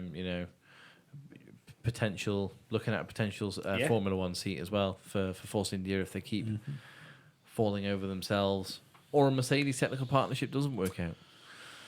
So did you say no word on who's doing the Ferrari then? No. So Giovinazzi, Leclerc. Sebastian Vettel usually does these things, doesn't He he? likes to learn. Yeah. Yeah. Yeah, I think we'll be seeing Vettel in the car one day, and Charles Leclerc is a good shout. Give him a go in the Ferrari. Is he not in the Sauber? Sauber actually haven't said who's doing it for them either. So we're still waiting on Sauber. Sauber haven't been told who's doing it for them. Yeah. So it could be Giovinazzi in the Sauber. Could be. I mean, has Giovinazzi got an official role? Is he still a Ferrari development I driver? think he's still on the young driver program, but they try and keep quiet about it. Do you know who? Well, he's a development driver. I don't know if that means he'll ever get a chance in a car. But Danny Kvyat is a Ferrari development driver. That is true. We did see him at the launch. He was standing there looking very awkward in a suit. Yeah. He stood up for a short amount of time. He was sat by himself though when Mark Genet walked in. Maybe Mark Genet's going to get back in the car. Well, they didn't want him anywhere near Vettel just in case he ran him off the screen. Fair enough. I like the idea that they signed Danny Kvyat because they're clean out of Fisicalas. Got no more Fisicalas left. It's going to have to be Danny Kvyat. Or it could be worse. Luca Badoa's still kicking about somewhere. Well, About 20 laps behind everyone else. Don't forget, Ferrari signed Kamui Kobayashi as a development driver when he was binned from Sauber as well. I think he did a year as a development driver, raced for Ferrari in GT series somewhere. Sorry, I've just found the Ferrari lineup. Ferrari are doing the Pirelli test as well, and it's going to be Giovinazzi and Kvyat. It is right. Kvyat. Yes. Wow. Look at that, Danny Kvyat, ladies and gentlemen, in a Ferrari. Wow, Awesome. Has You want to see a torpedo? Now you're going to see a torpedo. Has another driver, another fairly rubbish Formula One driver? Oh, sorry. This was a test that was done about 3 weeks ago at Fiorano. Right. Oh, Paul. Sorry, but it was Kvyat in a Ferrari. It just wasn't made public. Ah, well. Has there ever been another driver which was as rubbish as Luca Badoa. No, fucking hell, I forgot now because I was interrupted. Sorry. The what's the Japanese guy? You just said his Kamui name. Kobayashi. Yeah, that was as rubbish as him. That was as hyped as much. Hey, Kamui Kobayashi got third in the Japanese Grand Prix one year. Only because he kept smashing people out of the way. Ukio Katayama, who also got a third once but was massively hyped. Everyone knew he was shit though. Yeah. Aguri says no, he wasn't actually hyped, was he? These are all just Japanese drivers. Has there ever been a Japanese driver that was worthy of the hype that was given to him? No, never. The only one that even looked like they were going to be a Formula One driver was Sato for about 10 seconds. Satoru Nakajima, he was okay. If he'd have had a different teammate, he would have looked a lot better than he was. Because his teammate was Ayrton Senna. Yes. Not ideal. You know, there wasn't a great deal of competition there, and he wasn't exactly motivated. We don't talk about Kazuki Nakajima. I don't think the Williams pit crew talk about him anymore. No. So, yes, that is the test. Obviously, as we get to fill in the rest of the gaps, I'm sure Sean will be doing that on on her daily articles. Yeah, I don't know if the Times being made public. We haven't had a lot of info about it, really, have we? So. I think they probably will be, because it'll just be like the pre-season testing times, Right. where stuff comes out maybe during the day and at the end of the day. So it's just going to be a case of journalists sort there'll of be posting stuff from the journalists site. knocking about there. So we'll just have to keep an eye on everything. Yeah. And anything that we get, we'll put on the usual social media channels as well as the website. That being facebook.com/3legs4wheels or @3legs4wheels on Twitter. Yep. See how I managed to get that one in better this time. You did. Subtle. So yeah, yes, because subtlety's my middle name. No, it isn't. I don't actually have a middle name. Do you not? No, No middle names. no, we don't do middle names in our family. No, nobody in your family's got a middle name. No, Okay. Wow. there's trivia for you. You got a middle name? That's Dan a doesn't have rubbish what it is. I don't have a middle name. No, I was going to say I don't think Dan had a middle name. Dan doesn't have one either. I've got a middle name. You got a middle name. Yeah. Yeah.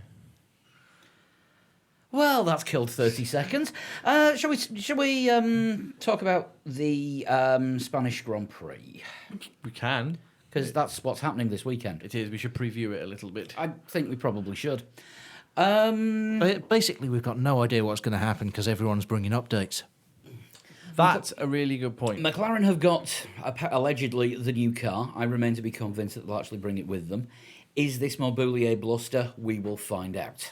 It could be Boulier going into Renault Boulier mode. Oh.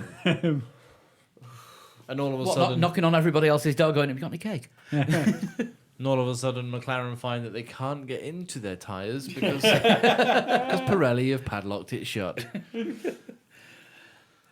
Yeah, no, we never want to see a Formula One team in that mess again. No. But there were times when Boulier was, at Lotus and he was giving it the gab that Lotus were getting podiums and winning races. Yeah. Then Then they run out of money. they ran out of money. McLaren,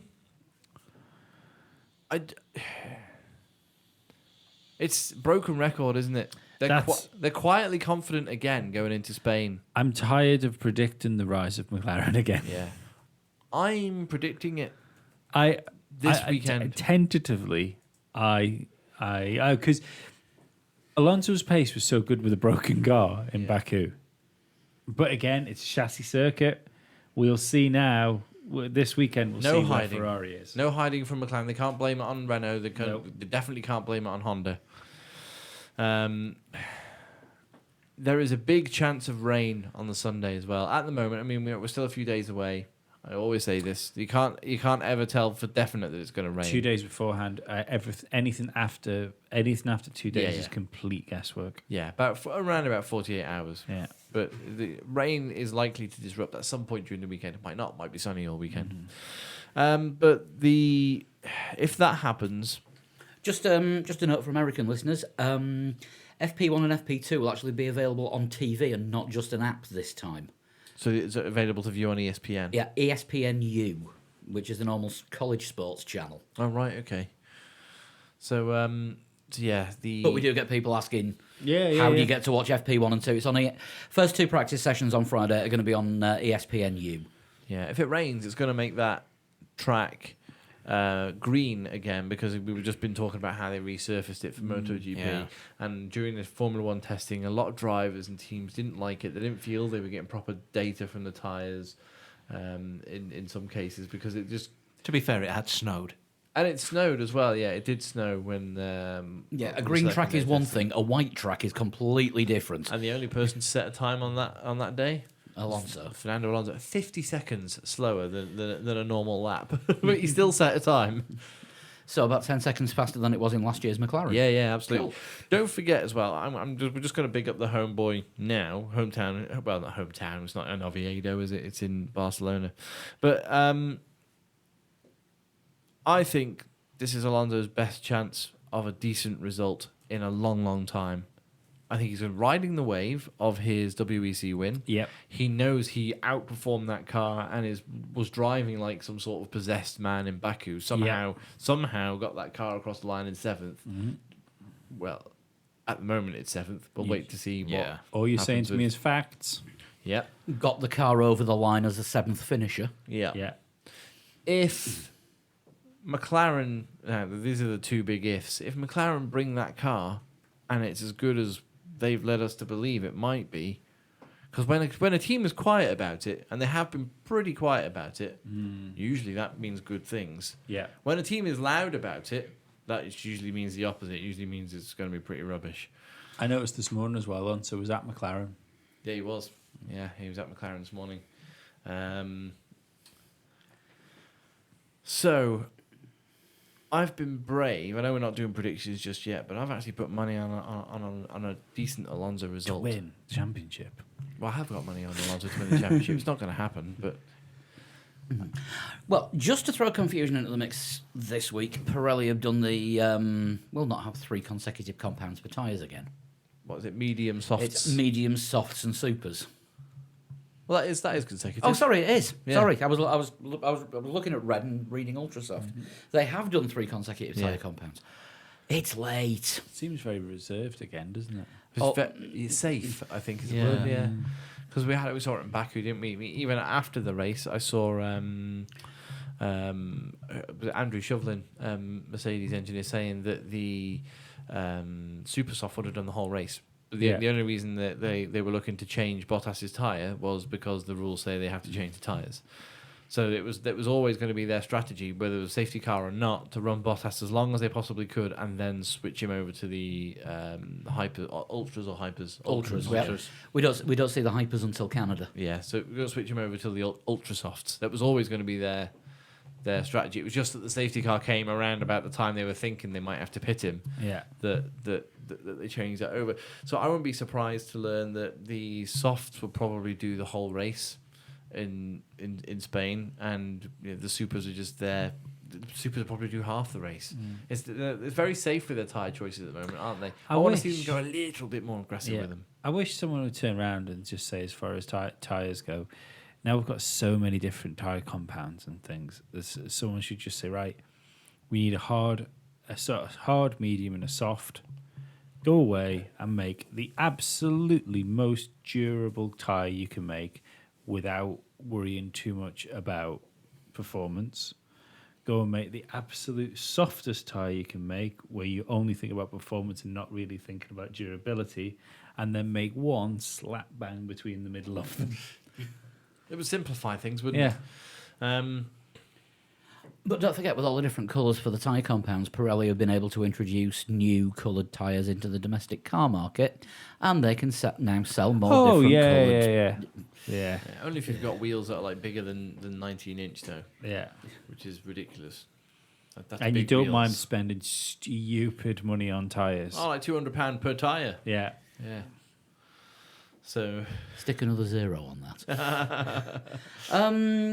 Sean put this up on the site earlier on this week. Williams have gone very, very one-sided on the tyre choices as well. Both drivers only taking 1 set of softs and 9 and 10 sets of the supers. So they're not expecting to get through to Q3, I don't think. And they're going to go for brave strategy calls. early pit stop, do as much of the race as they can on the softer tyre. Yeah. I think Williams have basically by that admitted that they are going to be starting on the back foot. Yeah. Because you don't have one set of what's going to be the race, one of your two race tyres. Spain's got quite a lot to live up to here as well, hasn't it? With tyre strategy and everything, because we've seen amazing races all so far in 2018.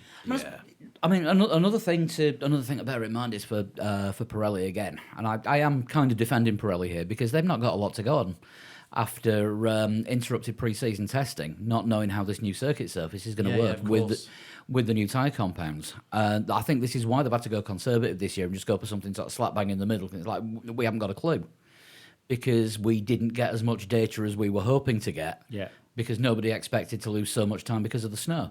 Maybe that's what part of the test is for after the Grand Prix. Well, it was already scheduled. There was going to be a tyre test after this race. But I mean, to determine the compounds they will use for races later on in the season. Quite possibly. And obviously the 2019 tyres, which are going to end up a completely different formulation to this year's, because the teams will have said, I don't know, can you make something that shoots ducks out of its arse when you take a corner in third gear or something? I can't help thinking, going back to the idea that if you had cars that could overtake each other and that could race each other, then you would be better off going back to that whole one tyre that just does a race distance. Yeah. You know, and just take pit stops completely out of the equation and just let them do it on the track. Going back to the sort of 70s and 80s days of, oh my God, he's had to come into the pits. That's going to change the race round. Yeah. So, you know, I just don't like all the Artificial spectacle? yeah. See, that's why I don't agree we should bring back refueling, because it was all done on maths and in pit stops. Yeah. I like do it on the track. You had 1 or 2 sessions preparing for the final sprint Oh, race. we had 7.8 seconds of fuel go in there. That's 108 kilograms. Oh, that's enough to see him to the end of the race. Oh, that's his final pit stop. And then you had to work out the maths of how much. It was a maths race. It was boring. Yeah, I want the lights to go out at the start of the race, and then whoever was the fastest over the race distance takes the checkered flag first and wins. Yeah. That's what happens. Without having to use a spreadsheet during the race, because there are points of my life where I don't use spreadsheets, and I like F1 races to be part of them. Unfortunately, I have to use one for the live blog. Yeah. It's the easiest way to copy and paste the grid onto there. Damn it. You have to mix it up with a bar chart. I tried that. I couldn't fit it in. There's only a small window. I could write it all in HTML code by hand, but I'm not going to. Don't do that. Don't do that. That's why spreadsheet's easier. Exactly. Yeah, Excel. But the something else to point out as well is they with this re-tarmacking thing, they made the runoff areas in that last sector of the course Huge. yeah, massive, big tarmac run. They even moved the stands back a bit further as well. Yeah. And I think we heard Lewis Hamilton in testing and Kimi Raikkonen saying, "Don't like those big runoff areas. They are confusing." You shouldn't have a runoff area where you can see the curvature of the Earth. Yeah. Very good. Yeah, basically that's it's the risk needs if you get the corner wrong and you're on the grass. Oh shit, I'm on the grass. I should probably try and get back onto the circuit because this stuff is not faster. If you get that corner wrong now and you're on the tarmac, I'll keep it pinned and just come back on the circuit whenever I can. Then let the stewards deal gravel with it. traps is what we miss. Yes. There's nothing wrong with gravel traps, but they could in some cases they Flip were cars. Yeah, they could flip cars. They were more dangerous if a car dug in.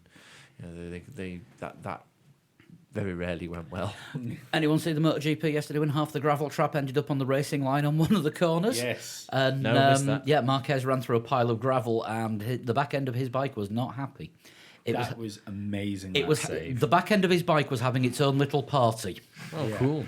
I was crazy, like how he kept the bike and on the ground and not him on the stratosphere. I did see an on-ball footage of Danny from Lorenzo's bike of Danny Pedrosa disappearing. Yeah.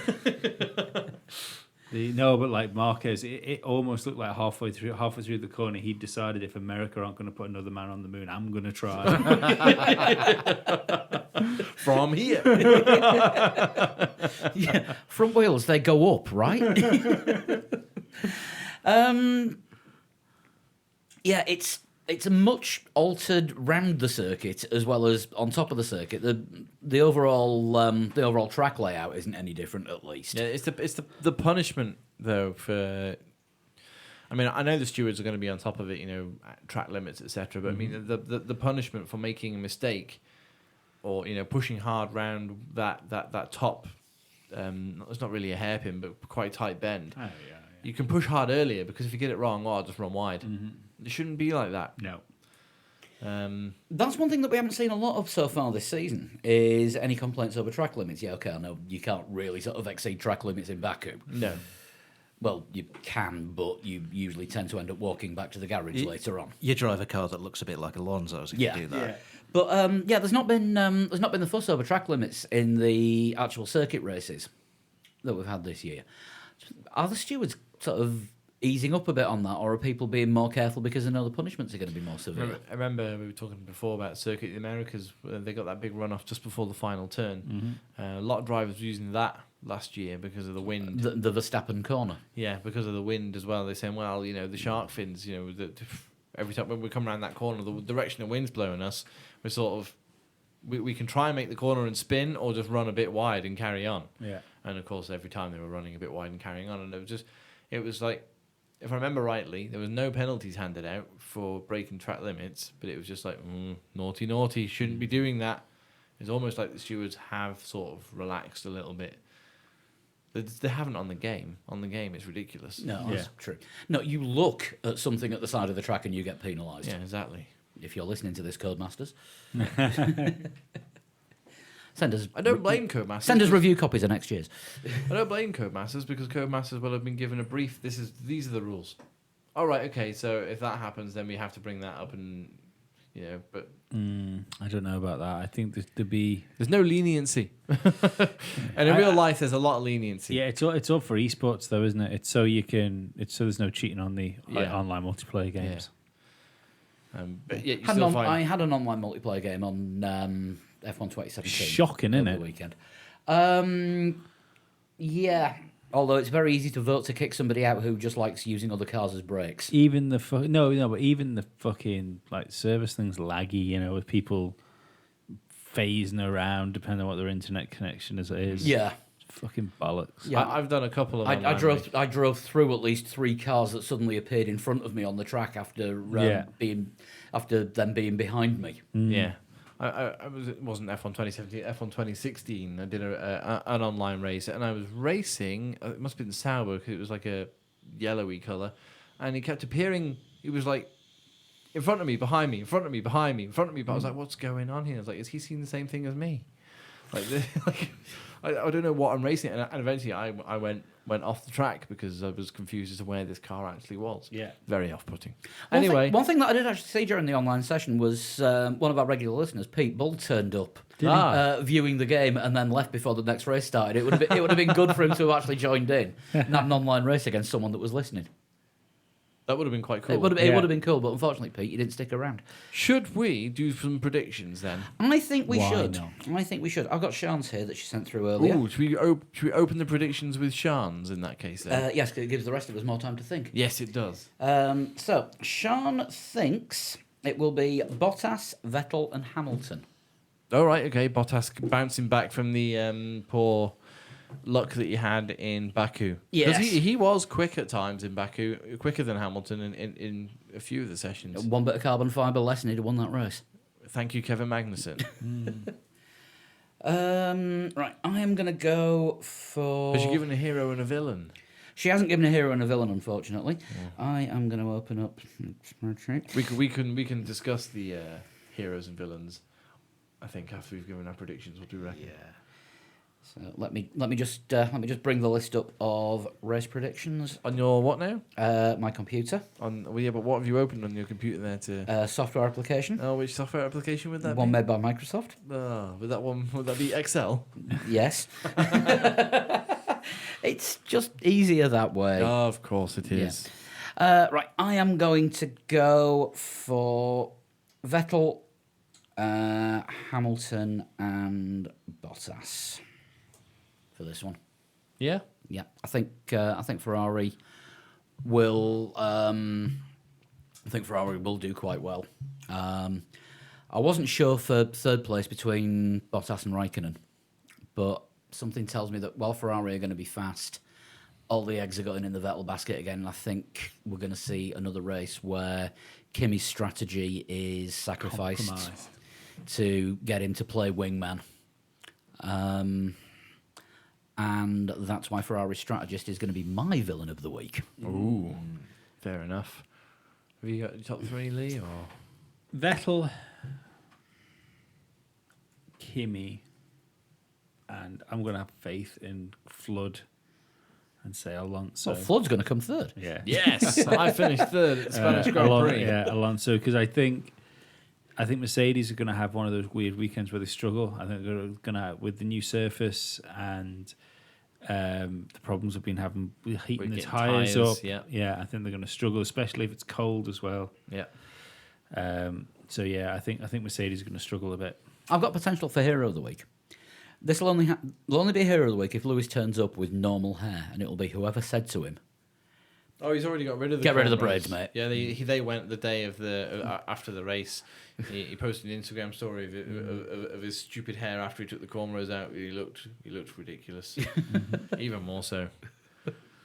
Dan, have you got a top three? Right, I reckon this is even harder than normal to predict because of all the upgrades coming and the track surface Yeah. and the tyres. we're going in about as blind to this as we were in Australia, really. Yeah, there's so many pretty factors. much, yeah.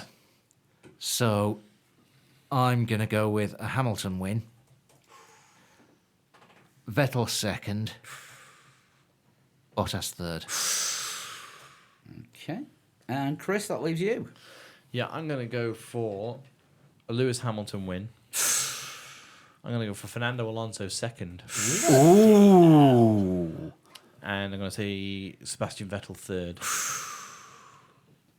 I think the weather's going to have a part to play in it. Might not be on Sunday.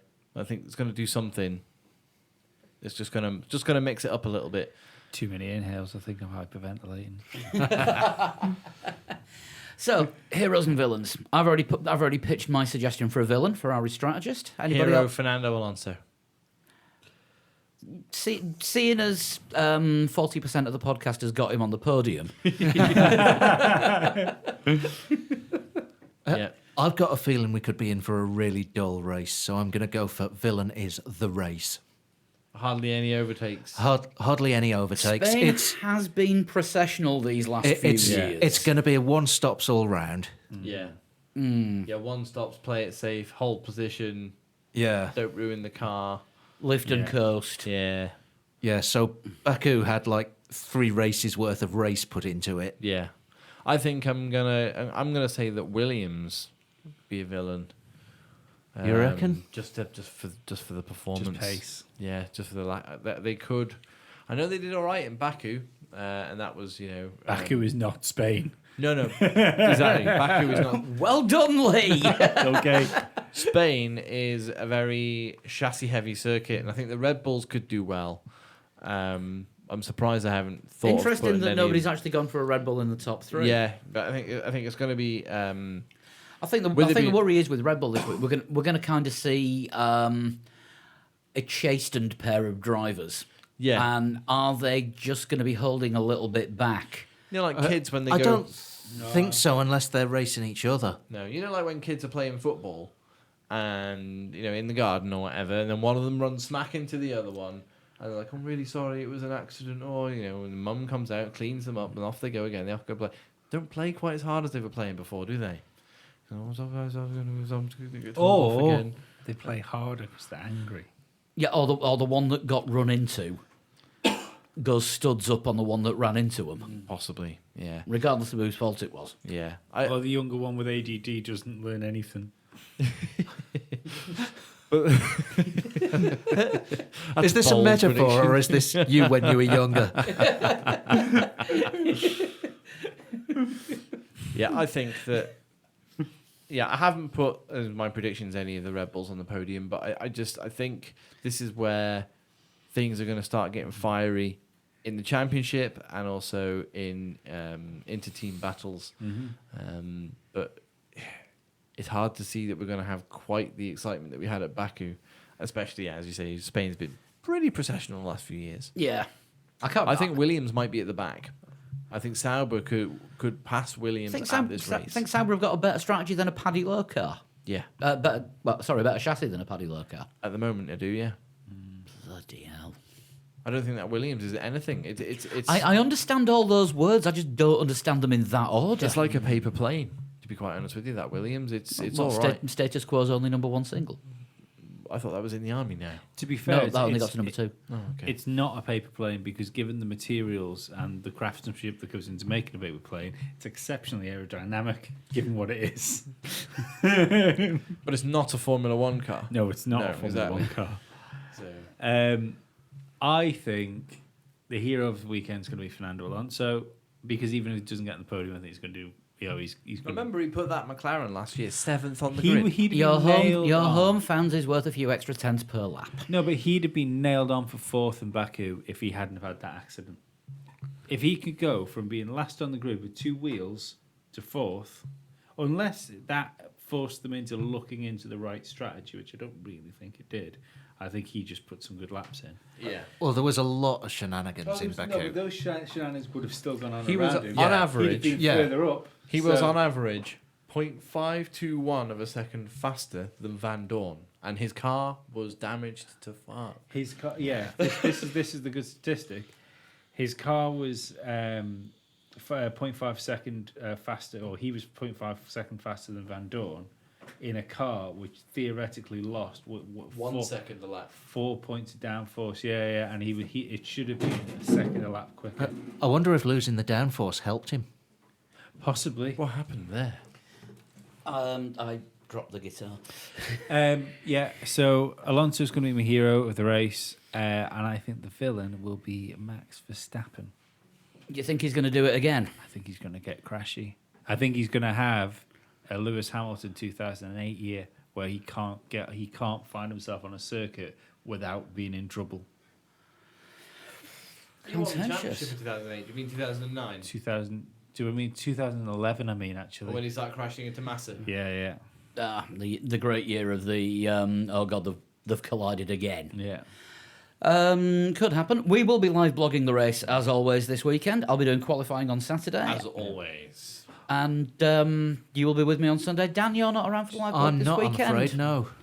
unless you'll be able to watch it where you are and join in like you did last time.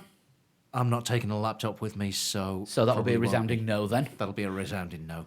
Just quickly before we go, does We're not going. We're not well, going yet. No. Before we go off, what I we're was talking going to about. say there's still at least a quarter of the page to go. Does anyone else get the feeling? I'm not saying I'm 100% right here because I was wrong about Vettel when I said almost exactly the same thing round about the same point in his career. But does anybody think that Max Verstappen is starting to crumble under the weight of his own, or under the weight of everybody's expectations? It can't be easy for him. It's all right. I can hear music. No, you can't. My phone's connected to the Bluetooth in the kitchen. It won't be loud enough to be picked up on the mics. No, but you heard it though, right? Yep. No, that's okay. Yeah, I'll say, thought we were all going back. I thought we'd all had Apple chips implanted in our head. I think that's why we had to get the injection when we first came into this house. Right, probably. I just before when I had a quick look on Twitter to talk about things like that, I saw that there was apparently there's a load of pacemakers that have been put in people which have a massive security flaw that needs patched because it's vulnerable to cyber attack. Fuck the future. Pacemakers? Yeah. Yes. Bluetooth pacemakers? Oh, it's all right. I saw the ultimate one last night. I saw in action a Bluetooth battery charger. You mean A like... normal battery charger, you know, like a big thing that you put batteries into and you plug into the mains and it puts electricity back into your Yeah. batteries. Yeah, it's got a Bluetooth transmitter in there and it's got its own app that you can look at on your phone and get all these readouts about the batteries and what they're doing and how they're charging, but it doesn't actually tell you how close to being fully charged they are. Oh, that doesn't help. No, not at all. Can you guess whose house I was at last night? Was it our accountant? It was our accountant, the Tinkermeister. Yes. Yeah, he was recharging my e-cig battery, and I said, "Oh, how close to being done is it?" So he showed me a graph Yeah. of how much electricity has been going into the battery over the last few minutes. That's great. So it shows it's working. So what's the charge level? Well, this is what's going in numbers. No, on my battery charger at home, I've got 3 battery chargers. One for my e-cig and 2 for like normal AA batteries that go in remote controls and effects pedals and things like that. And they've all got a little readout saying This is more of a Patreon XXX%. podcast thing. Sorry, I'm just having a rant. Wonder if they have that on Formula One batteries. Yeah, is it fully charged? Is it deployed? Well, you've put 1 kilowatt into it so far, Fernando. Well, no, don't tell me that. Tell me how much I've got to use. Sorry, the Bluetooth thing says you need to lift and coast a bit. Just give me the numbers. So anyway, yeah, Bluetooth battery chargers is a thing. Right. Why it's a thing, I don't know. Chris, play the guitar. Total show. I haven't got one. Fuck it. Have you forgotten? Yeah. So I'm doing all this filler material because I noticed your laptop was shut. No, And I was trying to work out what the fuck you were talking about. Right, I'm doing filler material. He's holding a guitar. You're not doing filler material. You were talking. Everything I say is filler material. We could pause the recording at this point. No. No, we've done that once already, Right. which we didn't do then. No. Shall I do tomorrow's news now? So no. No. So we're all done. So, but somebody's Antonio Guerrera. We've heard from Antonio before. I'm sure we have. Yeah. He's jumped the queue. Because this was the first one that you found. Yep. So, this week's unproofread total shunt. Which could prove hilarious. Oh, hang on. Is it Scott Speed? No, and I'll take that as a guess for being funny. Chris, put your phone down. He hasn't said anything yet.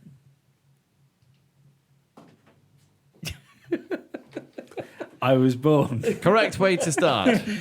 That's that worry over with. 1972. Okay. Okay. So, 46 this year. David Coulthard sort of age? Possibly a little bit young for David Coulthard. I think he's closer to 50. Is he? I must put those photos up from the David Coulthard Museum. You keep promising to. I put them on Facebook. That was a start. I'm a Formula 3 world champion. So somebody would have been going to Formula 3 roughly in the early 90s, late 80s. Well, yeah, 72. You'd be looking late 80s, early 90s for Formula 3, wouldn't you? Yeah, sort of about 18, so round about sort of So if they, 1990. let's theoretically then, if they did make it to Formula 1, you're still looking sort of mid 90s, which would kind of tie in with kind David Coulthard. of be David yeah. Coulthard, yeah. Johnny Herbert. Was he a Formula 3 world champion? I thought he was European Formula 3, not world. Oh, I don't know.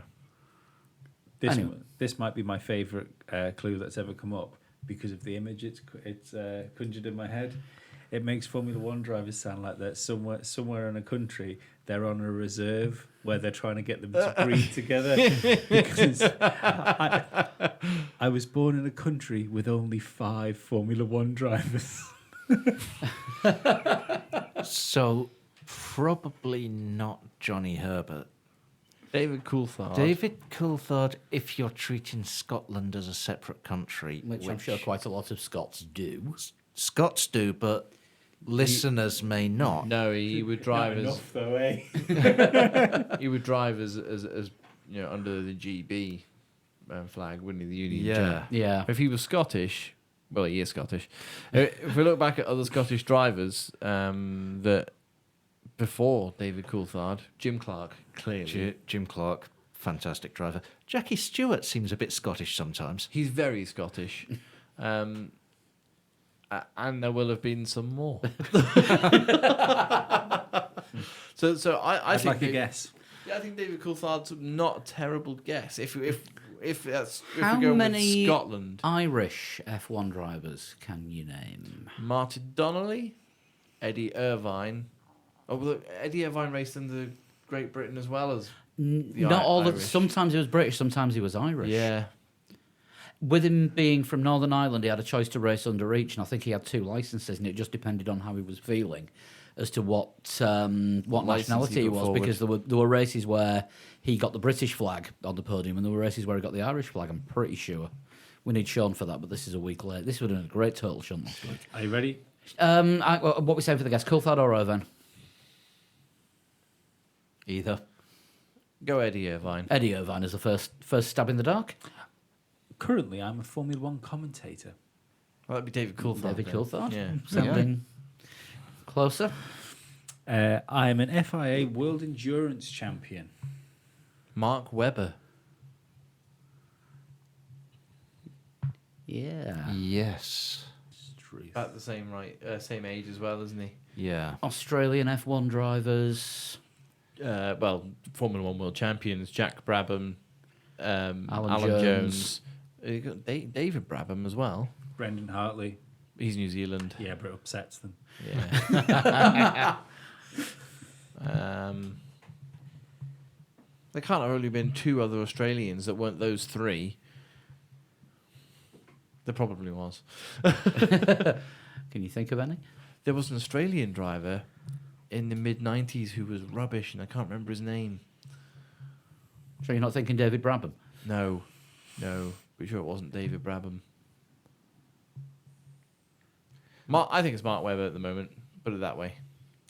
I participated in 32 Formula One Grand Prix. So Not Mark Webber. More than I should have that. said Grand Prix there. Grand Prix isn't the plural, is it? It's Grands Prix. Grand Prix. Grand Prix. Races. Dan. 32. Always two you. seasons. 32, so I yeah, know. that is only 2 seasons. That would be someone like David Brabham's older than 46, though, isn't he? No, he just looks it. He's been on the publicity circuit recently because Brabham have just launched the new GT entry, Yeah. and it looks nice. So it was David Just, doesn't Brabham. It looks really so good. But Yeah, does he do Australian commentary then, do we think? quite possible. I mean, he's been on the F1 show on Sky quite a bit this weekend, so this last couple of weeks. So I'm just wondering if he does do commentary for Australia. I didn't recognise any of the commentators when I was watching the Australian coverage. That's because it was the middle of the night, so you were tired. That's because it wasn't the middle of the night, so No. you weren't tired. That's why you didn't recognise him. This Australian Grand Prix is wrong. I'm drinking coffee for fun instead of necessity. I want to guess as well, don't I? Another one. Was that 6? I think so. Oh. Should we go David Brabham for this one? Yeah, why not? I started my F1 career in 1993.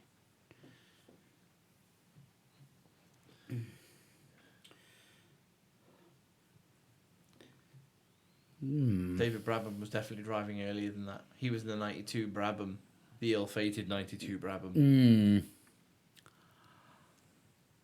So, started in 93. Just trying to think back to the 93 season and what was going on then. Stefan Johansson. No, you did more than 32 races. Yeah. He was on and off for a few seasons, wasn't he? Yeah, I started my career. If you did 93, you would have done 93 and 94. If you only did 32 races, probably. Yeah. Unless he only came in partway through 94. Or didn't do every round. Could we be looking at another team or? No, because you couldn't say a team commentates on Formula One. That's true, actually. Yeah. I'm in deep thought now. So if they're only around for 2 seasons, right? Let's think. Who was driving for teams like 40, Simtech, Pacific? Pacific was Bertrand Gachot and Giovanni Lavaggi. Who is now in WEC? Is he a world champion now? I don't know if he's been a world champion. He could have been in one. He was driving a GT this weekend. Pedro Diniz was in the 40 alongside Roberto Moreno. Who is Argentinian. And aside from Esteban Tuero, I can't name any other Argentinian drivers. I think Moreno might have got away with 2 seasons as well. Because 40 Pacific, etc., they've swapped drivers around all the time. Who's got money this week goes to one team. Who's got Yeah. the second most money this week goes into the team that bid next. Yeah. I think Roberto Moreno could be a good shout. Scuderia Italia were 93, weren't they? Or Mm, earlier than I that. think they were 91. Right. LaRousse was round about that time as well. Pierluigi Martini. Again, he's Italian, so... I think Roberto Moreno's possibly the closest we've got to a good shout with... I'm fairly sure he's Argentinian. And he could do the commentary in Argentina. Sounds very Italian, but I don't know. No idea where Roberto Moreno's from. Are you ready for another clue? Yes. Yes, please. I was the first driver from my country to score a point.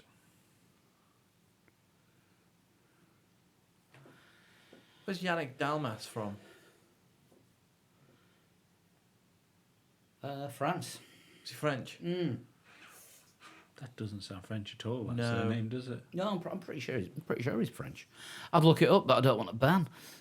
Well, I'd have to appeal it before the next shunt.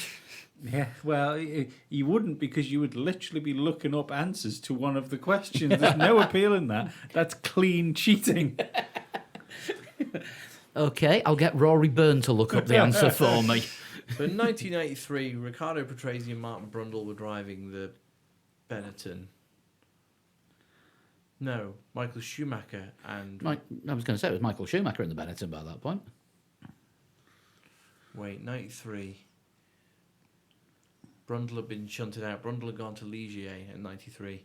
So it was Schumacher and Patrese at Benetton. Ferrari was Alesi and Berger. Williams was Hill and Prost. I will tell you is that he's given you 11 questions here, so we might as well use them. I think we need to go on to the next question. Yeah. I drove for 2 Formula One teams.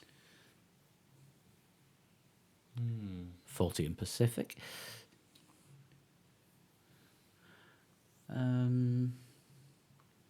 Still thinking there's nothing to say it's not Roberto Moreno. Roberto Moreno would make sense, wouldn't it? Yeah. Next clue. I had a big accident in Silverstone during my F1 career and did not participate in the rest of the season. Oh God, I remember the accident as well. He bounced up, bounced over the barriers. I can see it as well. You have one hint remaining. I think we're going to need that hint. I started my F1 career by replacing Alessandro Zanardi. Oh God, I can see the crash because the car cartwheeled over the barriers, ended up in the stands. I'm not confident about who it was. That's the problem. I think it might have been Gasher. No, Gasher was out of the car.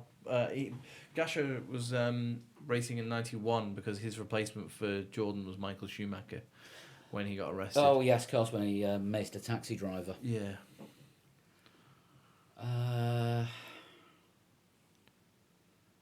Oh God, who is Eric it? Kurmas? I'm going to give you one more hint. You have been nowhere near. Pedro all. Lamy. I'm going to say Pedro Lamy, I think, is the only... I don't even know where he's from.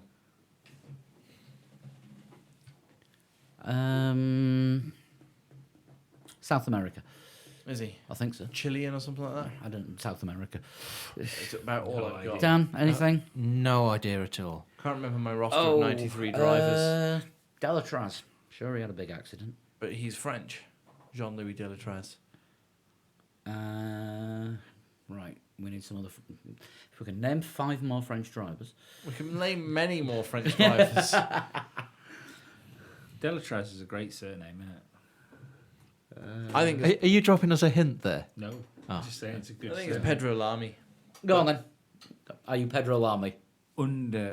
With much help, considering I said that you'd be nowhere near for all the other hints you've got, I almost feel bad in giving you this and say I am Pedro Lamy. Oh, Good nice work, one. Chris. But I don't think there was any joy to be taken from that victory. I could not remember the roster of drivers from 93. I remember the big teams and Yeah. the shit teams. Could not remember any of the middle teams. I think Pedro Lamy was driving a LaRousse as well. He was driving LaRue. A LaRousse. Not LaRue. She's that singer. Portuguese driver. Portuguese. LaRousse sounds like something that would be on the, like, what you call it, the thingy stone, Rosetta Stone. You know, Yeah. when you listen to the recordings, it would say, cabbages. Let's have a look. So Pedro Lamy started in '93. Final 4 races of the season after Zanardi was injured for Lotus. Did the first 4 races of the '94 season. Broke both his legs in a crash at Silverstone. I'll try and find the photos of that. Oh, well. And then joined Minardi for 2 years. Well, second half of '95, replacing Pierluigi Martini. scored the team's only point of the season in Adelaide. He was also responsible for that massive crash at the beginning of the. I think we were talking with Sean last week. At the at Imola '94, the crash that brought out the safety car. I think or was it the restart? He did not move off the line, and JJ later ploughed right into him. I remember that. Yeah, all the other way around. Later, it didn't move in line. He ploughed into him. Oh, well. What's next on the list? What is next on the list is a quick reminder about this fortnight's Formula Lee Challenge. Yeah, you got a week left. Yeah, got a week left. You've got to get everything into us by Monday the 14th, and it is Spain in a Ferrari in the dry. No updates on time so far because I've not put everything together, so I'm just going to leave everyone guessing as to how you've got to do. Ooh, so you keep your eye on your Xbox, PlayStation, or PC times. Just see Yeah. on the leaderboard, see what friends you've added, Yeah. see who's ahead of you, who's behind you, and how much you need to gain. I know at the moment I'm doing crap. I haven't entered yet. I think you're half a second ahead of me. Oh, I'm not doing as crap as I thought. No, I'm doing crapper. So you've got until next Monday to get the times into us, and how do you do that, I hear you ask? You can email... How do you do that? That'll do. You know, you said... Did you ask? You know, you were talking earlier about acting and it being weird. That's why it's weird. Don't give up your day job or your hobby. Okay. Yeah, you can email them to us at threelegs4wheels@gmail.com. You can send a private message to us on Twitter at threelegs4wheels, or put a private message to the Facebook page, facebook.com/threelegs4wheels. If you want to send a total shunting, you can send it to... At a total shunt. on Twitter.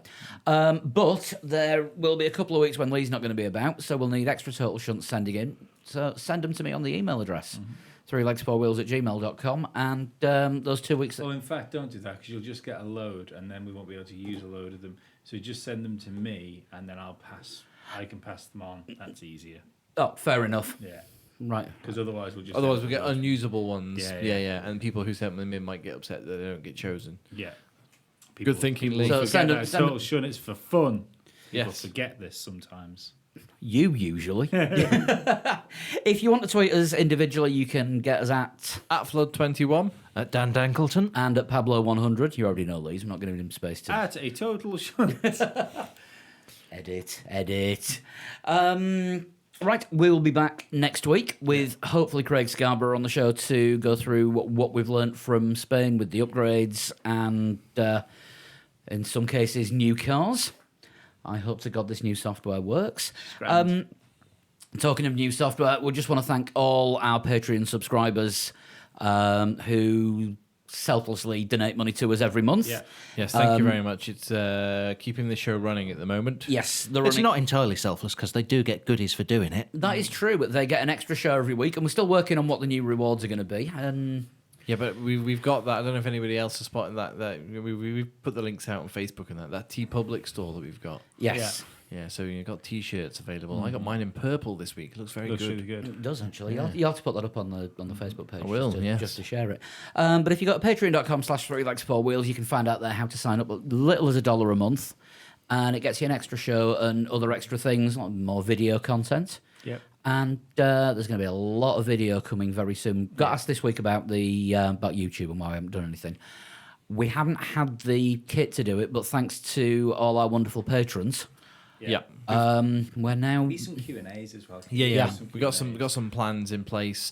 Hopefully, we should be announcing within the next couple of weeks some sort of video and Well, we're in extra the content process ideas. of building a TV studio. Yeah. Yeah, slowly, but yes, it's Yes. happening. Seeing as we've ordered the gear for it now that we've got this month's Patreon money in. Yes. So thank you to all our patrons. You are putting our ugly mugs on screens of varying sizes, shall we Good say? Lord. Yeah, look us up on TeePublic as well if you want 3 Legs 4 Wheels merch. There's t-shirts, variety of hoodies, sweatshirts, stickers, notebooks. Yeah, I got a sticker. I I've got even seen 3 legs 4 cushions wheel you stickers can as get on well. there. Yeah. So if you want a 3 Legs 4 Wheels cushion, You might want to go to sleep on us. yes, or use us to sit the cat on or something. Something like that. Also, it's a race week, so fantasy teams. Don't forget, there's the official Formula One Fantasy League, where you can pick your team, join the Three Legs Four Wheels League.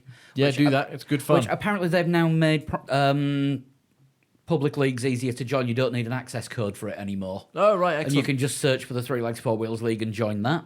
We're also on gridrival.com. We've got a competition running there. So if you go to gridrival.com, set your team up and join in. Even though you're joining in partway through the season, you don't start on 0 points. Yeah. And finally, the Daily Fantasy. Play On, who run the official F1 fantasy game, do a daily fantasy competition where you're just building a fantasy team for one race. And if you're in the UK, Ireland, or Australia, you can put bets on it as well. There's prizes to be won. There's prize money in there. Yeah, if you sign up through our link, you can get If you sign up through our link, free money. Yeah, there is extras. Anyone that signs up using the Three Legs Four Wheels link, you deposit $20 and you get 22 in return. So you can actually more than double the amount that you've got to play with. All you need to do for that is go to threelegs4wheels.com, have a look on the menu where it says gaming, and there's all the options for it on there. That's got all Are you done? That's got all the adverts out of the way. I think so. I should just record that and edit it in every I week. want a quick plug and a quick invite as well. You're pointing a key at me. I thought you No, were pointing no. a USB stick. It's like, where am I meant to plug that? This week, Musty Audio's guest is none other than Mr. Chris Flood, Hello. who's coming on. And this is also an open invitation for sometime during the year for you to come on separately too. Lee's just pointed at Paul and Dan. I think it would be nice for the crossover listeners to get to know both of you better, where we can all have a sit down and chat for 2 hours. It doesn't involve Formula One. That would be fun. Yeah. So Yeah. I think that'd be nice. No, we'll definitely do that. Red or white? I'm hitting the cause pretty heavy at the minute. And one day you'll graduate to real beer. Tommy TP training lager. Yeah, it's good. It tastes nice. Red. Right, fair enough. Anyone got anything else to plug? Not yet. Nope. Album's not finished yet then. No, No. EP. Yeah, Video's no, nowhere not near really. coming out. No. It'll be a music video for us. And I haven't even finished programming the drums for my next thing. So Solo project. solo project. Although I might have to get a guitarist in to play the solos because I can't do them. Neither can I. It's fine. So you've got no solos in your solo project. I've got no soul in my solo project. Right, well, as I say, we'll be back next week. And all being well, we'll have Scarbs on the show as well to talk technical. Yes, looking forward to that. So thank you very much for listening and enjoy the race this Sunday. Thank Watch you. out for us on the live blog, threelegsforwheels.com. Yeah. And we'll see you next week. Bye-bye. Bye-bye.